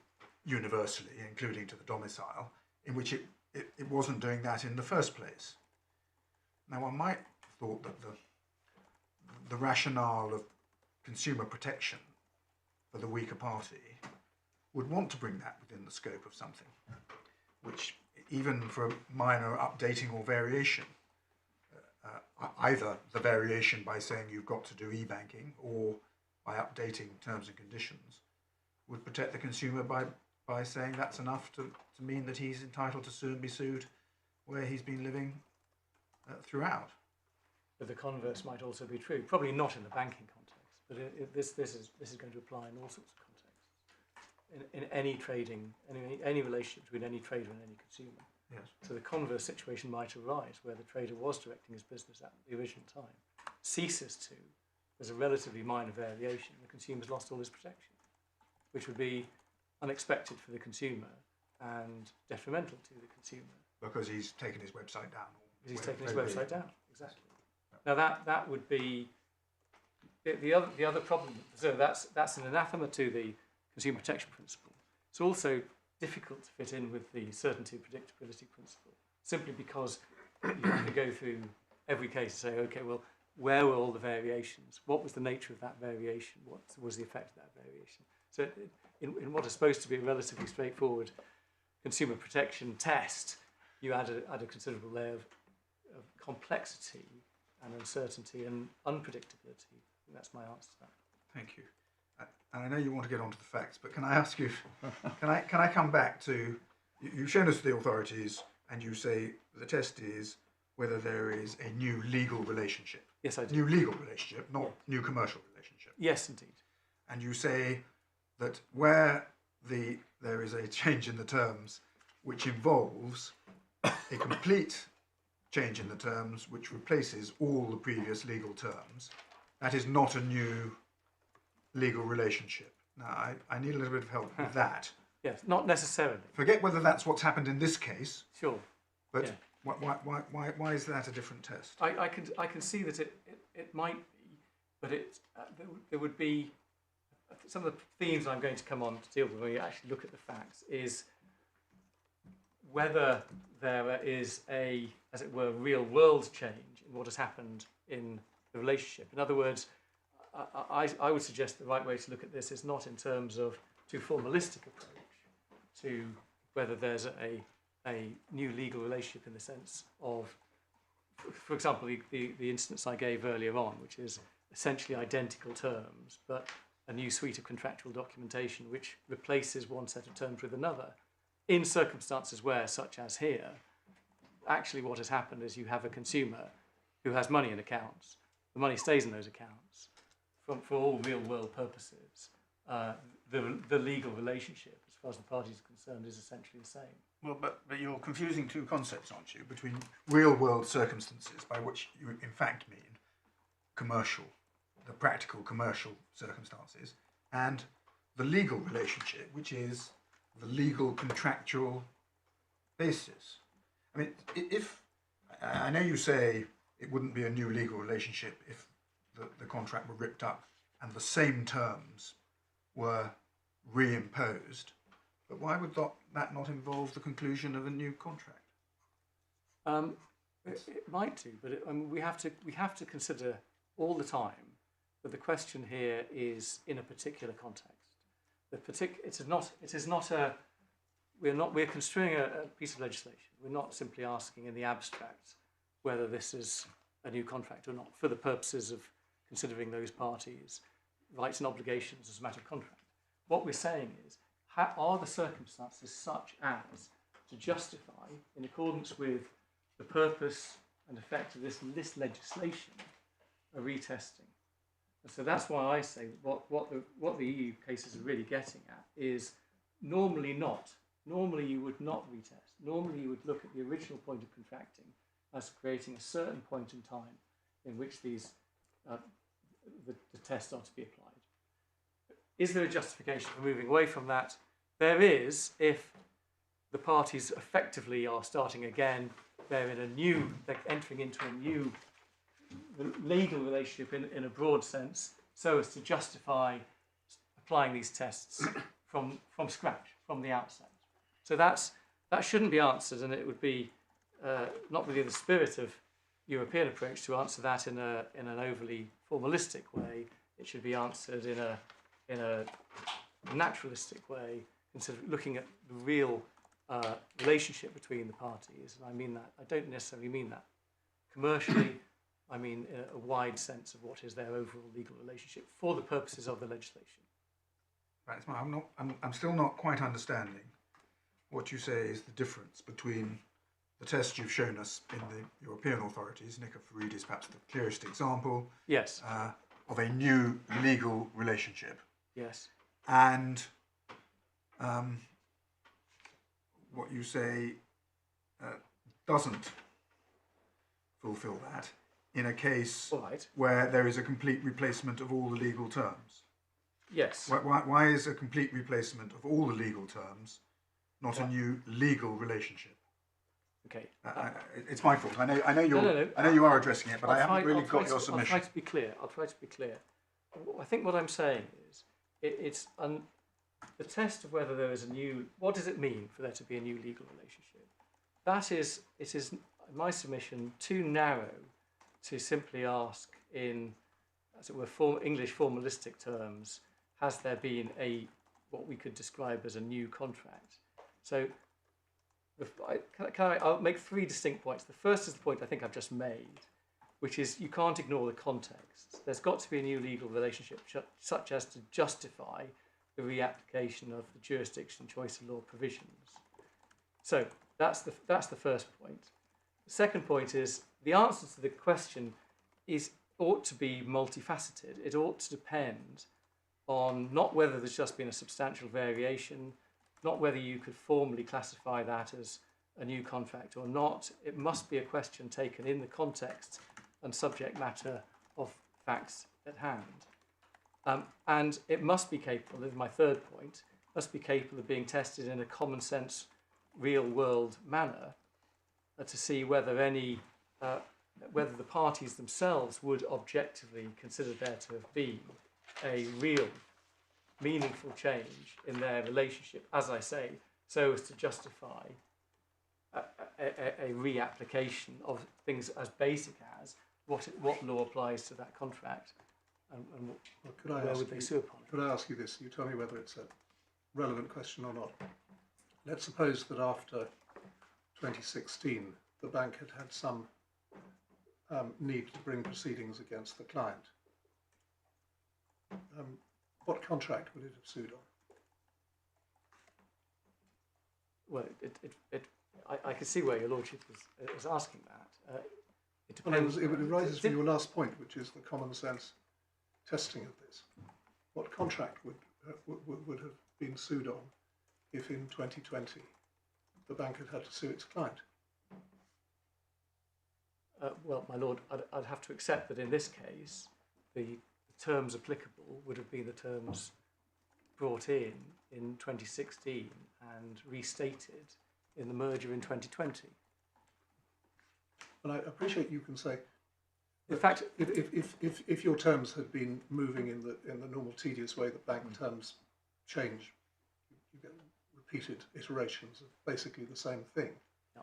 that there might be an extra point to make about this. Well, but I mean, we can take it, can't we, that the bank at least considered that the terms on which it was dealing with its client was the last set of terms that it had offered to the client. My lord, in fact, on the facts of this case, the bank wouldn't be suing at all. The bank that contracted. No, I understand that. I'm Because- talking about the situation in which the claimant was the opposite party. Yes. Okay.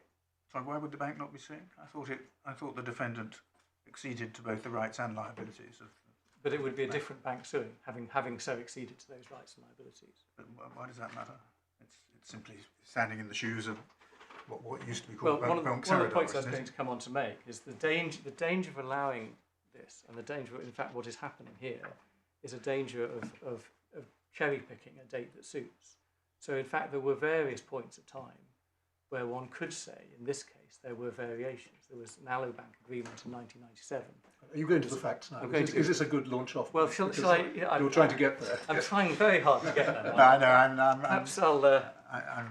being very tiresome in stopping you.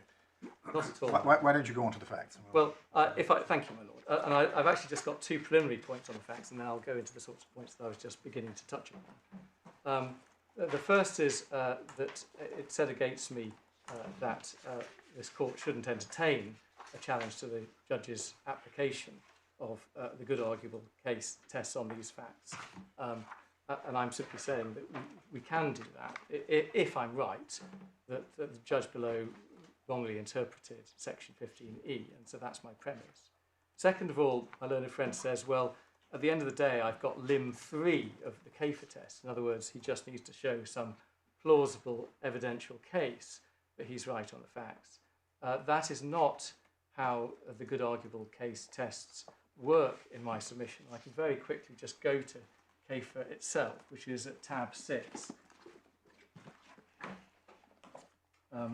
Page 136 within this. There's a very short passage.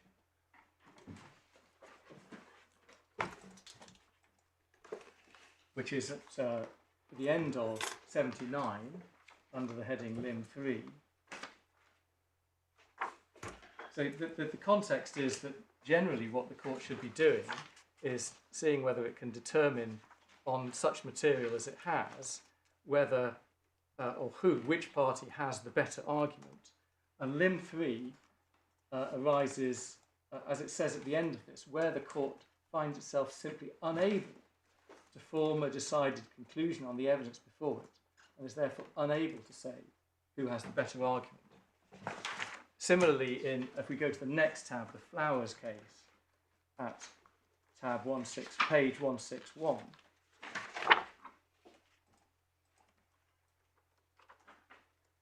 where His Honour Judge Wood QC is quoting from the Alta trading case, and he quotes from paragraph 13 that limbs 2 and 3, the judge may have to struggle and so on. Then last two lines, he or she may not be able to reach even a provisional conclusion as to which party has the better case, and even if the judge tried to do so, he or she may well turn out to be wrong. In such circumstances, where the judge cannot decide, after conscientiously doing his or her best, who has the better of the case, then it is sufficient if the claimant has a plausible evidential basis, and that will suffice for a good arguable case. So we are saying that in this is a case where, on the totality of the evidence, it is possible to determine which party has the better argument, and it is not necessary to resort to limb 3. I then turn to the facts themselves, and the relevant facts as to what happened with the updating of the terms and conditions in 2016 were not actually in dispute. They were addressed on the bank side in the witness evidence of Mr. Ghazala, and this is in the supplemental statement at tab 6, starting the witness statement itself starts at paragraph 1 on page 106, but we would like page 107, bottom of the page, paragraph 13, which deals with the relevant entities that we were just touching on earlier on. It explains that the original bank was Bank Saudar. It changed its names a couple of times, but in 2020, December 2020, there was a merger with Bank Audi, and the original bank ceased to exist. And then paragraph 109, sorry, page 109, paragraph 19. I just want to go through this in a little bit of detail. The claimant noted in particular claim that the claimant first opened his accounts with APB, that's a shorthand for the original private bank, in the 1990s. On the 22nd of December 1994, the claimant signed a letter agreement for the opening of a savings account with APB. The letter agreement was in French. The document includes a preamble page which lists the claimant's names as well as his date of birth. The first paragraph of the letter agreement states that on the front page forms part of the agreement. Then 20, the front page also includes the claimant's personal identification number 204825. This identification was used as the claimant's account number for his account with APB throughout his time as a customer of APB up till its merger with the bank. The numbers for his individual sub-accounts, for example, existing current accounts, savings accounts, and accounts in different currencies, are created by adding various suffixes to his identification number. And he goes on to explain that it was only when APB merged with the bank that there was a reclassification of the accounts giving rise to new account numbers. And then 21, although the claimant opened various accounts with the bank in 1994, including the current account, the bank has not been able to locate other documents signed in 1994 when he opened his accounts. It was almost 30 years ago, and Lebanese banks are only required to maintain custom document records for 10 years. Accordingly, it is possible that further documents are signed at the time in which the bank no longer holds. Then at the bottom, last few lines of this paragraph, it was a practice at APB in those days to allow a customer to open a range of different accounts, including, for example, a current account, once they had signed an agreement to open another account. I therefore believe that this is what happened in this case, with the claimant signing an agreement to open a passbook savings account and APB also opening a current account and various other accounts for him at that time. And then in 1997, the claimant signed an agreement with APB to allow... Pausing there. Yes. He wasn't at the bank at the relevant time. His evidence about what the practice was in relation to allowing customers to open a range of accounts comes from Miss Stephan. Yes. Who, I don't think he says in terms, but one infers, was there at the time. But his belief at the bottom of the page that having signed an agreement to open a passbook savings account, he then opened a current account and various other accounts at that time. Is that based? Does he say that's based on anything that Ms. Stephan has told him? He does not, but we know, and I can show you this in a moment, we know and we can show you the timings of the accounts that were opened. And we have that as a matter of documentary evidence. We can see from the Alobank documents that Exactly. there were at least 8 sub-accounts at that stage. Exactly that. Exactly that. But we don't know what they were. Well, we Do we? We do. I think we do know what they were. Okay. We do know what they were. And we know which are accepted by the claimants to have been accounts which are opened pre-2016 and which are said to be accounts. So all of this is common ground. So I'm not sure anything particularly turns on whether he's stating a belief or whether it's second or third hand, because none of this is actually disputed, as I understand it. Right. So it's an established fact that he had a current account, or one or more current accounts, Yes. as well as deposit accounts pre-2016. There's no dispute about that. my understanding is that is right. He had a range of accounts prior to 2016. I'll be corrected if I'm wrong, but I can show, your Lordship has already seen clearly, but I can just briefly go to the Bank documentation in just a moment. Yeah.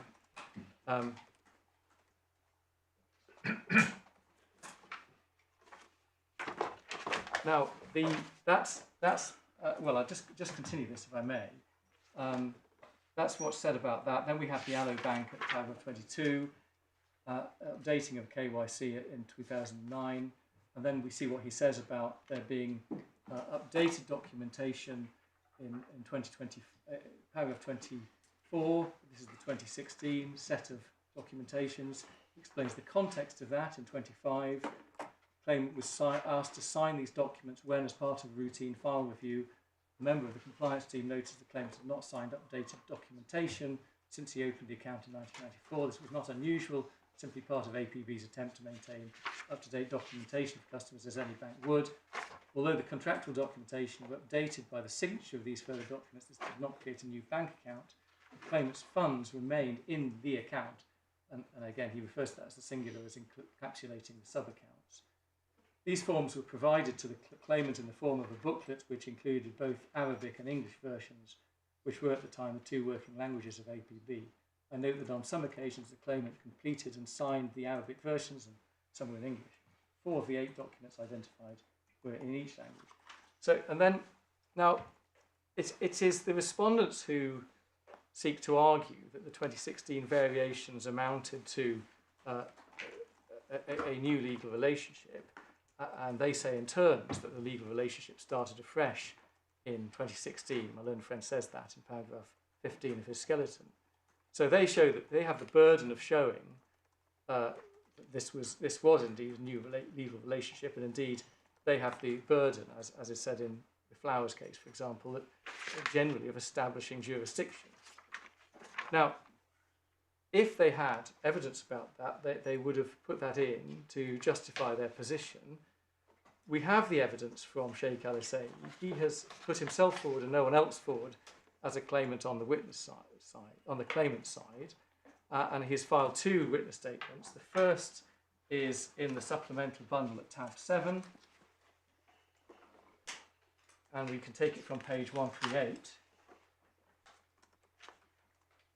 Well, it is a short point that in both of these witness statements he simply doesn't engage with this part of Mr. Gazella's evidence. It's a little more than that, actually, my lord. You can see that in fact what he says is at paragraph 5 that he became a customer in the 1990s and continued to hold accounts with the banks, and he identifies the current account numbers.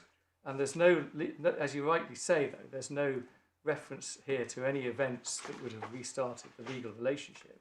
And then similarly in the second statement at tab 8, page 146, which was served just 2 weeks before the hearing of the jurisdiction application alone, if one looks at page 148, the way he puts it at paragraph 8a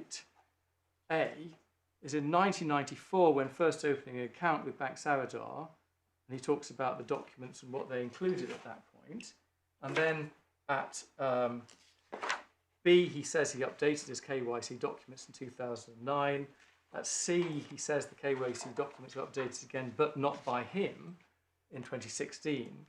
But that is all he says about 2016. So he doesn't challenge anything that Mr. Ghazala has said about the nature and effects of what happened in 2016. And he doesn't say that there was any relevant change to the legal relationship. And we are simply making the point that if this was a watershed moment in the underlying relationship, this would have been addressed in Sheikh Alesayi's evidence, and he would have explained why. So there is in fact no evidence on either party's written evidential case to suggest that 2016 was intended as a fresh start in their legal relationship.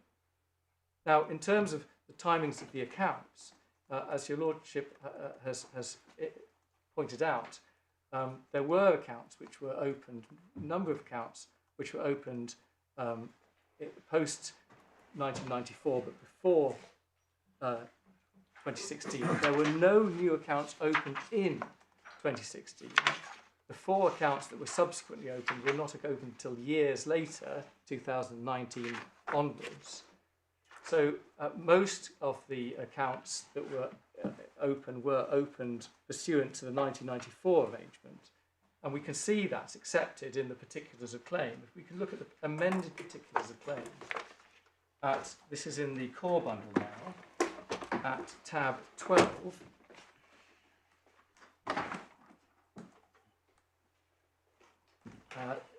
Starting on page 132, paragraph 4, Sheikh Alesayi first opened a passbook savings account with a then private bank in 1994. He then opened a number of other accounts with the private bank. So that's all before the 2016 update. It's common ground that there were 14 accounts in total. And then at paragraph 4c, he identifies the 4, but the only 4 accounts that were opened after the 2016 amendment, and he describes those as accounts 10, 5, 3 and 13. So by definition, some 10 sub-accounts were opened under the banking relationship formed in 1994. You're very familiar with this, but there are 14 accounts in all, of which 10 pre-existed 2016 Correct. and 4 post-dated 2016. Before we come into which are relevant and which are not relevant, under what terms do the 4 later accounts exist? Well, I accept they exist currently under the 2016 terms. What's the word? What? I mean, currently you mean they exist? They exist. Yes, They exist. I do that. And the 2016 terms and conditions apply to them? Yes, I don't doubt. The 2016 terms and conditions apply to all of the accounts. I'm not challenging that at all. Yes, my lord. All I'm saying is that the accounts that most of the accounts existed prior to 2016. Just to give your lordship the references, which I think my Lord Justice Popplewell already has, but the Allo Bank documents show that there were additional accounts opened pursuant to the original contract, and I think your lordship has this at tab 2, page 10. Sorry, this is I've got that wrong because it's a supplemental bundle. It's the supplemental bundle, tab 2, page 10. And what we see is a series of accounts on the left-hand side with suffixes to show the sub-account number, and then there was one more on page 9. So all of those accounts on page 10 were 1997. There was one more in 2004, which is at page 9. That's the 10th sub-account. Well, I think it may be the 9th because we think we've got suffix 11 twice. Oh, you're right. That's a small point. But do we know what those accounts were? What kind of accounts? Yes, well, my understanding, I'll be corrected if I'm wrong, but my understanding is that there were a mix at this point of not just passbook accounts, but accounts. Current accounts, deposit accounts, foreign currency accounts? My lords, I don't have. Any of them in foreign currencies, do we know? I think so, but can I check that point? Because I don't want to I hadn't picked that up in the evidence. Right. But maybe there's something that tells us. Let me check that point. I'll come back because I don't have the answer to that. And I am slowing you down, but can I? Of course. We haven't looked at the 1994 passport No, savings account terms. Yes. But do you accept, as I think the judge held, that those terms are only apposite to apply to a passport savings account? I do, and that's page 7. I do accept that. And therefore, what do you say were the terms which governed the operation of all these other accounts prior to 2016? Yes. Either that was done without express written terms, or, as Mr. Ghazala says, we just don't have those documents anymore. All we have from 1994 is this document. But, and this is really my point, but we know that further accounts were opened, which was not just a passbook account. We can see that these. We can see there are these accounts, whatever they may be, and which the allowed, is that they're likely to be at least current accounts. Exactly, which allowed if- Sheikh if Alesayi to. If there are deposit 9 his- of them, they may have Yeah. involved different I mean, currencies. he obviously didn't open 10 current accounts just for the sake of having an operating account. Quite. I mean, the point is that at this point in time in Lebanon, interest rates were extremely attractive compared to most places around the world. So it was a commonplace for parties to effectively invest monies by placing their monies in accounts in Lebanon. That is why Sheikh Alesayi has $24 million in what we would consider to be deposit accounts in Lebanon. These clearly were in the nature of some sort of deposit account. I can't tell you from the evidence exactly what they were. Right, and leaving aside the question of lost documentation, Yes. does that mean that the terms that would govern the banker-customer relationship in relation to all these accounts, other than the passbook savings account, would simply be whatever terms were imposed by the proper law of the banking relationship, then Yes, presumably Lebanese law by reference to custom or That's or exactly Lebanese right. law? That's exactly So right. no express terms.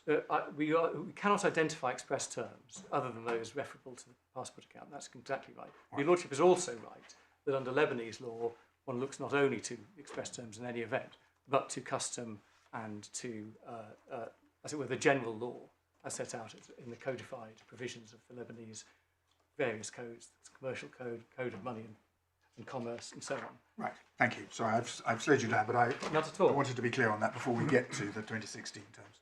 Not at all. I think the next point, I just need to make sure I cover the following points. The first is, I mentioned earlier that there's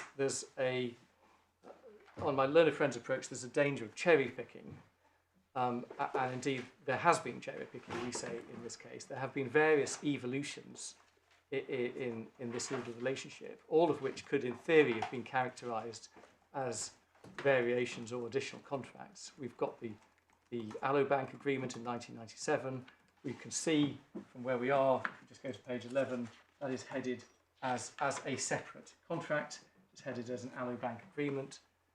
That is of no use, of course, to the respondents because no one says that in 1997 the conditions for meeting the jurisdictional test were met.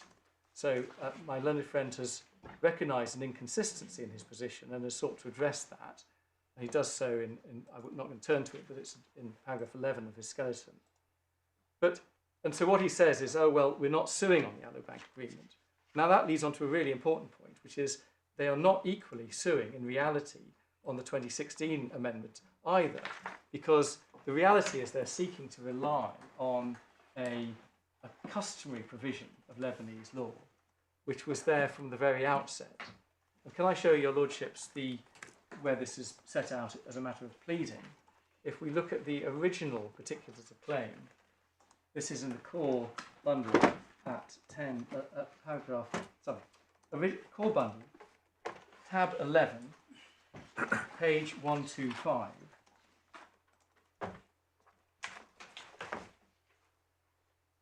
These are the original particular claim, and as I say, when I say they're original, I say these are the basis on which this application was made and was presented to the court until the morning of the third day of a three-day jurisdiction hearing, when amended particular claim were handed up.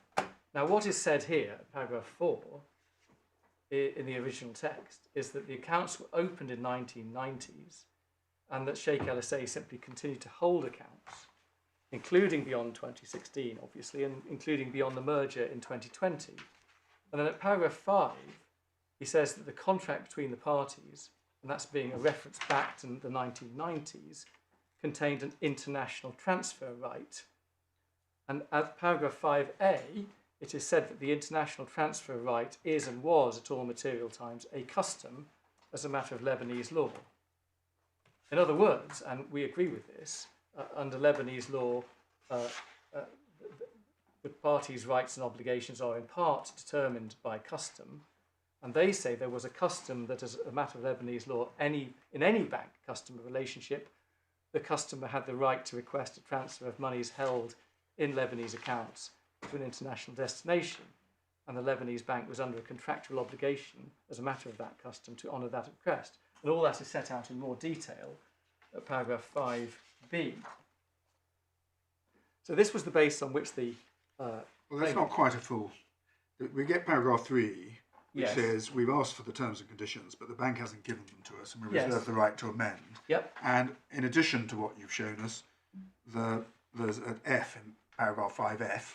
Yes. There is, it's to be inferred that the terms and conditions were similar to those which were in front of Mr. Justice Pickin in Yes. Manukian. And then we get an amendment for which the judge has given leave, Yes. in which the last bit is crossed out because they've got the terms, Yes. and they plead, you would say, additionally, not in place of the Yes. reliance on the custom, the specific terms of the 2010 terms that they want to rely on. Yes, all of that is exactly correct. But what I want to rely upon is the fact that ultimately the reference is back to and the reliance is back to the original contract. And if we look at so if we look at the amended particulars of claim. Do you mind if we? I'm sorry to interrupt you in the middle of the point, but before we go away from the original one. Yes, my lord. Paragraph 6 contains the pleading as to various accounts identified with various sums, and Yes. clearly the substantial one is at H, or the most substantial one is at H. There are other substantial ones, and there are some that are not very considerable. We only have that detail, but do we know, as a matter of fact, when these various accounts were opened? Yes. The way to work that out, my lord, is you have to cross-reference what's said there with the amended particulars of claim at page 132, where at paragraph 4c, the claimant identifies the 4 accounts that were opened post 2016, and those accounts were accounts 10, 5, 3, and 13, and that's at paragraph 4c of the amended particulars of claim.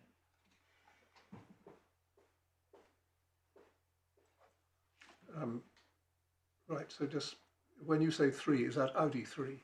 Yes, Audi 3, Right, Audi 3, Audi 5, Audi 10, and Audi 13. Audi 13 doesn't. Is that the LPB account? J.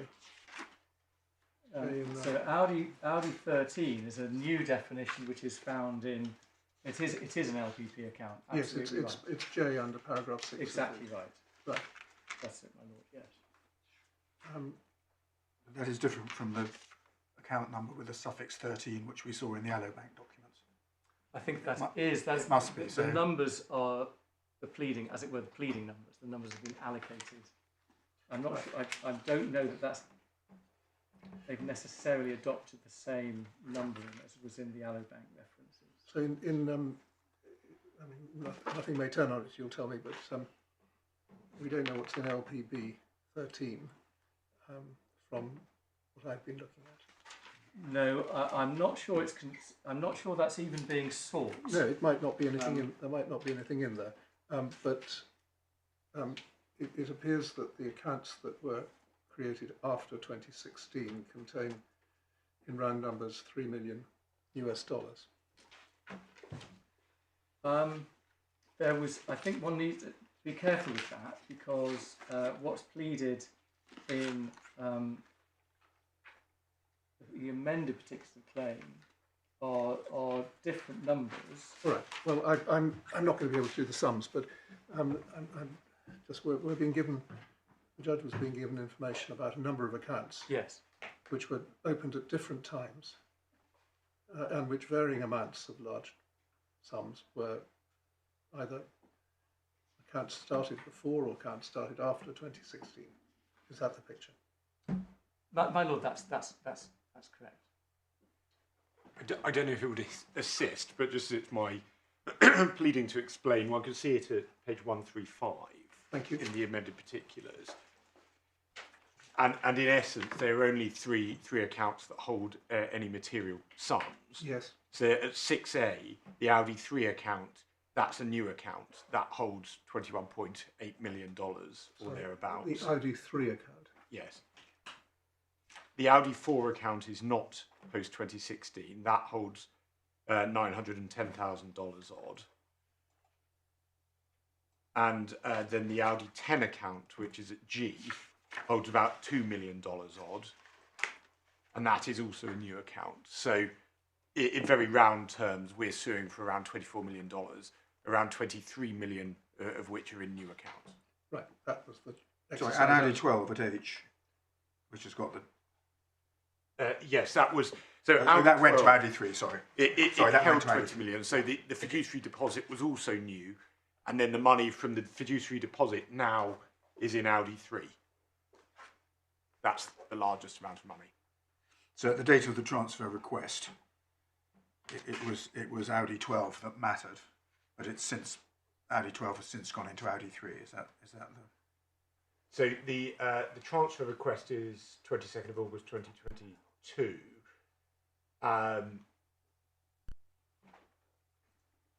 I think it will have moved in between those. Yes. So what happened was the fiduciary deposit expired, and then the money then moved into the Audi 3 account. And so at the time of the transfer request, it was in the Audi 3 account.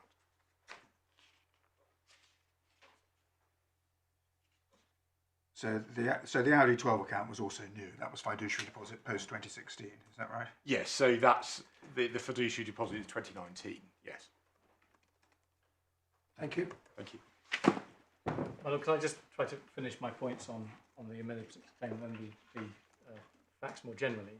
So on the amended particular claim, I just wanted to point out that on page 133, although there is now a reference to a 2016 contract, that's framed in that way, we would say, in an attempt to buttress the case on jurisdiction. But if one looks at the substance, what is actually being said at paragraph 5AA in the new text in red, AA1, is that whilst the 2016 amendments introduced limitations on the bank's liability, none of those limitations abrogated the international transfer right that was already there, and the claimant clearly maintains that the international transfer right was there in the pre-existing legal relationship. That's clear over the page from page 134, paragraph 5C, where he pleads at subparagraph A that the 2016 contract is to be construed as including the international transfer right. But then B, he says, regardless, the contract between the parties, and that is seemingly deliberately not using the 2016 contract definition. It is using the phrase contract between the parties in the sense of the original and still overarching contractual relationship between the parties. And it's on that basis that the international transfer right has existed throughout. In other words, it is not pleaded that the 2016 variation gave rise to a new legal relationship, nor is it pleaded that it replaced the original contractual arrangement and gave rise to the obligation and right that is sued upon. That is pleaded, isn't it? That second way of putting it. Because they say as a matter of construction, because the limitations on execution obligations don't extend this far, it means you have an international transfer. Sorry, I put that the wrong way, my lord. What I'm saying is their case remains, does not, to this day, is not dependent on that. The case is that fundamentally their obligation arises out of the custom that has always been there as a matter of legal use. I think that's the simple point I'm trying to make. Now, I said earlier, and just this going back to the cherry picking point, that we also have the question of the December 2020 merger, where one of the contracting parties changed. And in other circumstances, one might expect respondents to say, well, that if my earlier contentions are correct, that must also have amounted to a new contract for the purposes of Section 15E. But they are not saying that. They are not saying that, my lords, because although it's not a matter for determination on this appeal, all the parties know that at the very least it's seriously arguable that as at 2020, the customary international transfer right had come to an end. And that is because following the onset of a severe financial crisis in Lebanon in October 2019, banks stopped allowing international transfers out of Lebanon of foreign currency. This is touched upon by the judge below at paragraph 4 of the judgment. But the short point is, if there was a custom, it came to an end at some point after 2019 and arguably in 2020 because of the severe foreign currency. Does that bear on the question we're concerned with? It does. Well, it doesn't. It doesn't. Your lordships absolutely don't have to determine anything that I've just said. It just sounded to me rather like something which, if there was jurisdiction to try this, Exactly. is when it would get thought about. It would become a substantive point at a substantive hearing. You're absolutely right about that, my lord. Why I'm saying it now is that it points more generally to why we are needing to be cautious about, as it were, allowing any variation to give rise to a retesting of jurisdiction, which in turn then allows potentially claimants to, as it were, pick the point in time that they say is arguably the relevant amendment.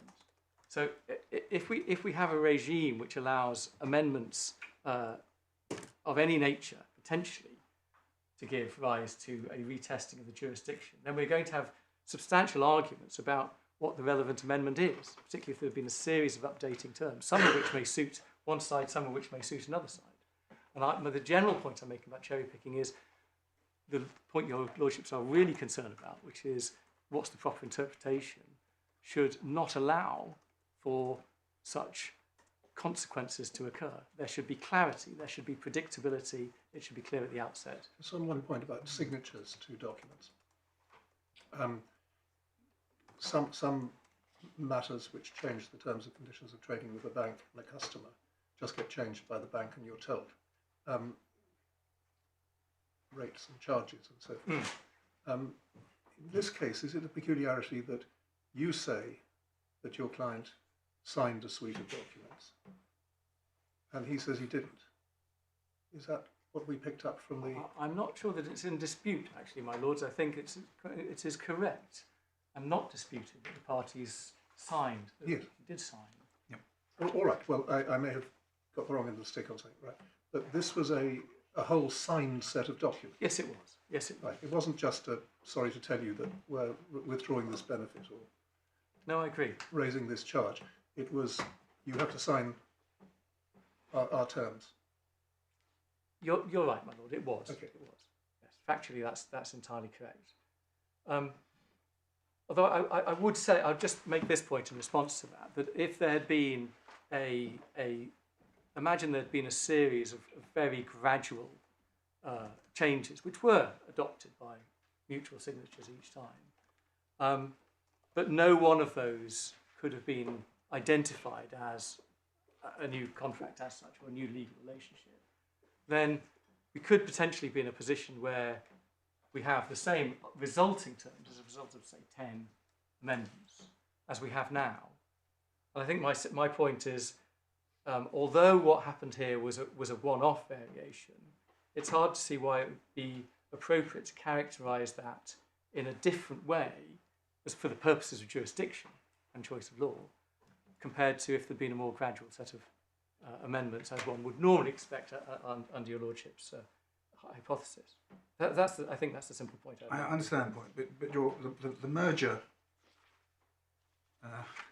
example raises another question in my mind. We know that in the banking world there are constant internal reorganisations, but constant acquisitions and so on, which may make absolutely no practical difference, but may involve an entirely different legal counterparty. Santander acquire the Alliance and Leicester's book of mortgage book, and then the mortgagors all become customers of Santander, but on a practical level, yes, there's absolutely no difference at all. And when they go into the branch, they've just got a different uniform and badge on. But there's a different contracting party. yes. Do you say that that's not a sufficient change in the legal relationship? Oh, it could well be. That could be a situation where one has a new legal relationship with new... So if it's a different But party... it depends. But well, as I say... I mean, if it's a different party, if legal relationship means what we think it means, it seems to me inevitable that you've got a new legal relationship. You've got a set of contractual rights and obligations between different people. Yes. But one might equally say that falls within the rather looser language you're talking about here, of not contextually really being a sufficient change to come within the European concept. Are you saying that? Well, I'm not going to say that there's a hard and fast answer to the question.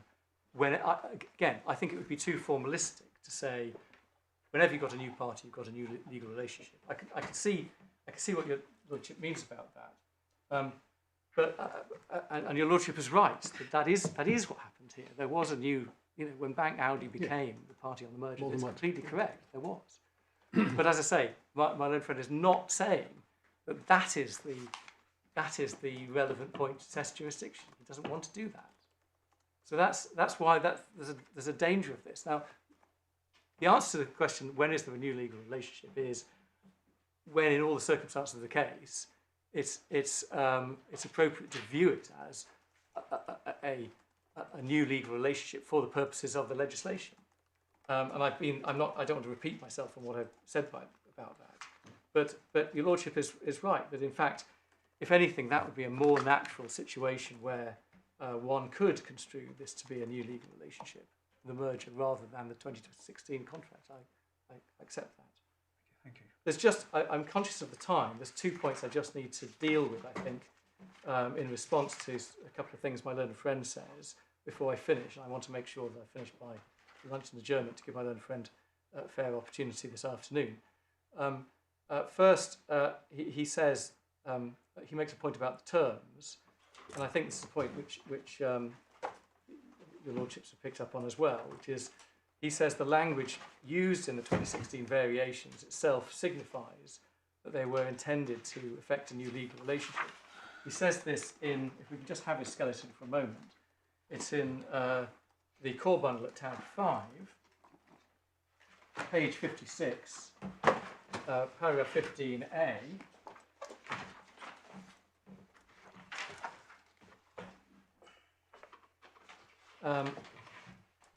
So 15a refers to the provision for the general terms which request the opening of an account, and he says that shows the contractual relationship is starting from scratch.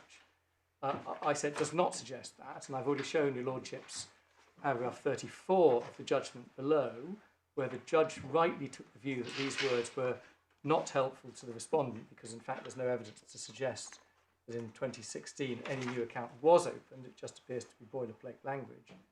And if anything, that it reinforces the conclusion that there was not an intention to restart the parties' legal relationship. I should also deal with 15d on page 57. And can I just invite your lordships just to remind yourselves of what is said at 15d in the middle of that page about the terms of business in the portfolio terms.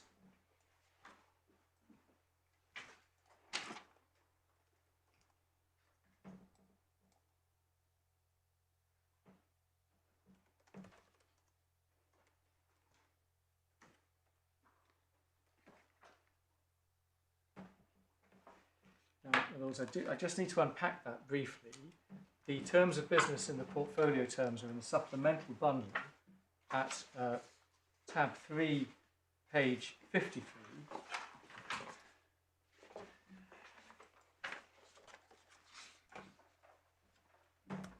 And the quoted passage is from page 54 within clause 1.1, third line down.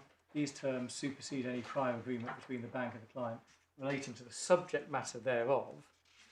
But these terms and conditions are freestanding, in that they constitute a legally binding document, as it says at the beginning of clause 1.1. And, importantly, they specifically concern only the services identified in clause 2 to the opening and administration of a portfolio account, affecting transactions in investments and or in providing or arranging for investments. They do not govern the bank's relationship with Sheikh Alesayi in relation to savings and current deposit accounts he's already opened. and the respondent is not suing on these portfolio terms. And these portfolio terms were the first and only portfolio terms that the respondent ever signed. So they did not and could not have been, in reality, superseding any prior agreement, because there was no prior agreement relating to the same subject matter. And in fact, we can turn this point around and say, if anything, these terms point against the respondent, because if this sort of language had significance, it is the significance that the other sets of terms introduced by the 2016 variation do not contain equivalent language that they would place or supersede the existing banking relationship or banking contract. And I should also deal with the point, going back Sorry, to my... before you move on, Yes. you say that the term on which the claimant relies is not a relevant test. But so turn that around. I see your Lordship's point. What do you say about these portfolios? Is this a completely different contract? So do we have two contracts now between the claimant and the bank, or is this part of an overall framework contract, including general account terms, portfolio account, foreign exchange, transaction terms you see later on? Yes. Well, which is it? There's two different answers there. One is what I'm dealing with is an argument that says, I mean, take a slightly different example where there's a minor variation to a contract which happens to introduce a term which is later sued upon. All I'm saying is you can't then look back in time retrospectively and say, well, that meant there was a conclusion of a new contract for the purposes of interpretation. That doesn't mean it's not a two-way point. It doesn't mean that every contract, whether sued upon or not, is relevant now to determining whether there's a consumer contract. The consumer contract still has a particular meaning, which is the contract.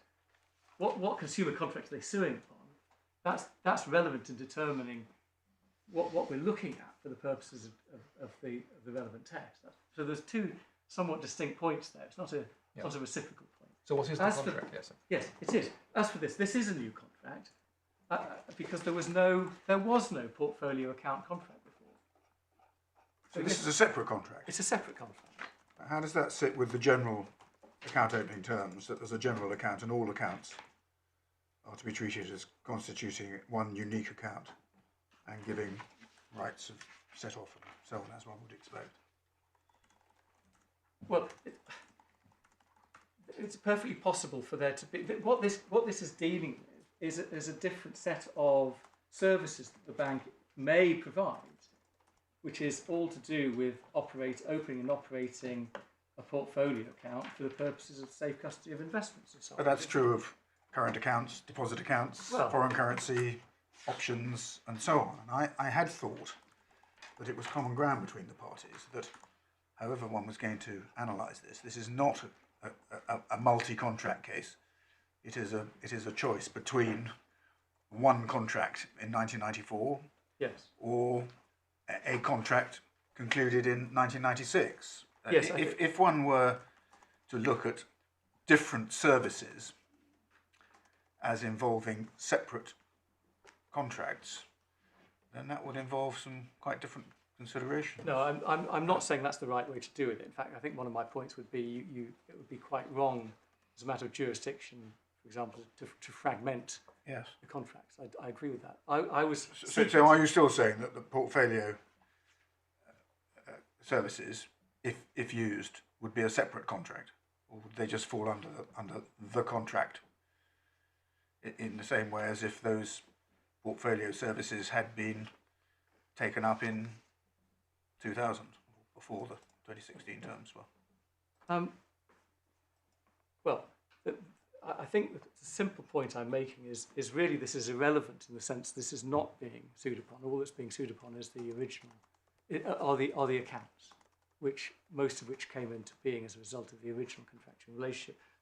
I perhaps sort of stumbled over that takes one down the route of is what matters, the particular terms that are being sued on. Yes, I see. I mean, if the analysis is, which I had thought it was, you've got a banking relationship established by the passport Yes. account originally, yes, and that is the umbrella contract under which yes. subsequent services in the form of other accounts are Yes. given, and all the 2016 terms do is update the position in relation to those and any new types of account, and it's all one contract. That I entirely understand, and I had thought that was your No, it is. that My was Lord, your case. You're right. That is my submission, and I think I've confused matters by introducing this. Really, the simple point that I was seeking to make on this is just the narrowness of the words in clause 1.1. These terms supersede any prior agreement between the bank and the client relating to the subject matter hereof. That my simple point is there is not a general provision in the contract which says I'm superseding all prior terms with all in all respects. There is simply this. Yes. That's all I'm saying, my lord. But what your lordship says is correct. Right. Thanks. I think the last point I need to deal with, I'm just seeing if I've essentially covered. Yes, I just to complete factually, so your lordship has an understanding of what happened here. I'm not going to go through it, but just so your lordship understands what happened with the fiduciary deposit account, which was subsequently opened, but then fully executed in 2017. That's just dealt with in the evidence in the supplemental bundle in Mr. Ghazala's statement at tab 6, page 11. Sorry, I'm looking at the wrong button. Tab 6, page 112. I won't read that out, but for your lordship's note, this is dealt with at paragraphs 31 to 35. I think the last point I had was really just about real-world consequences, but I've dealt with that. So, my lord, in summary, we say that the 2016 variations were not the sort of new relationship which would be sufficient for the purposes of Section 15E, and the judge was, with respect, wrong to conclude the respondent had the better of the argument on the facts of the case. My lord, those, I'm trying to finish by 1 o'clock, those are my submissions. Ms. Wilson, thank you very much, and well done for getting through quite a lot of material in the time. Thank you. We'll sit again at 2 o'clock. Well,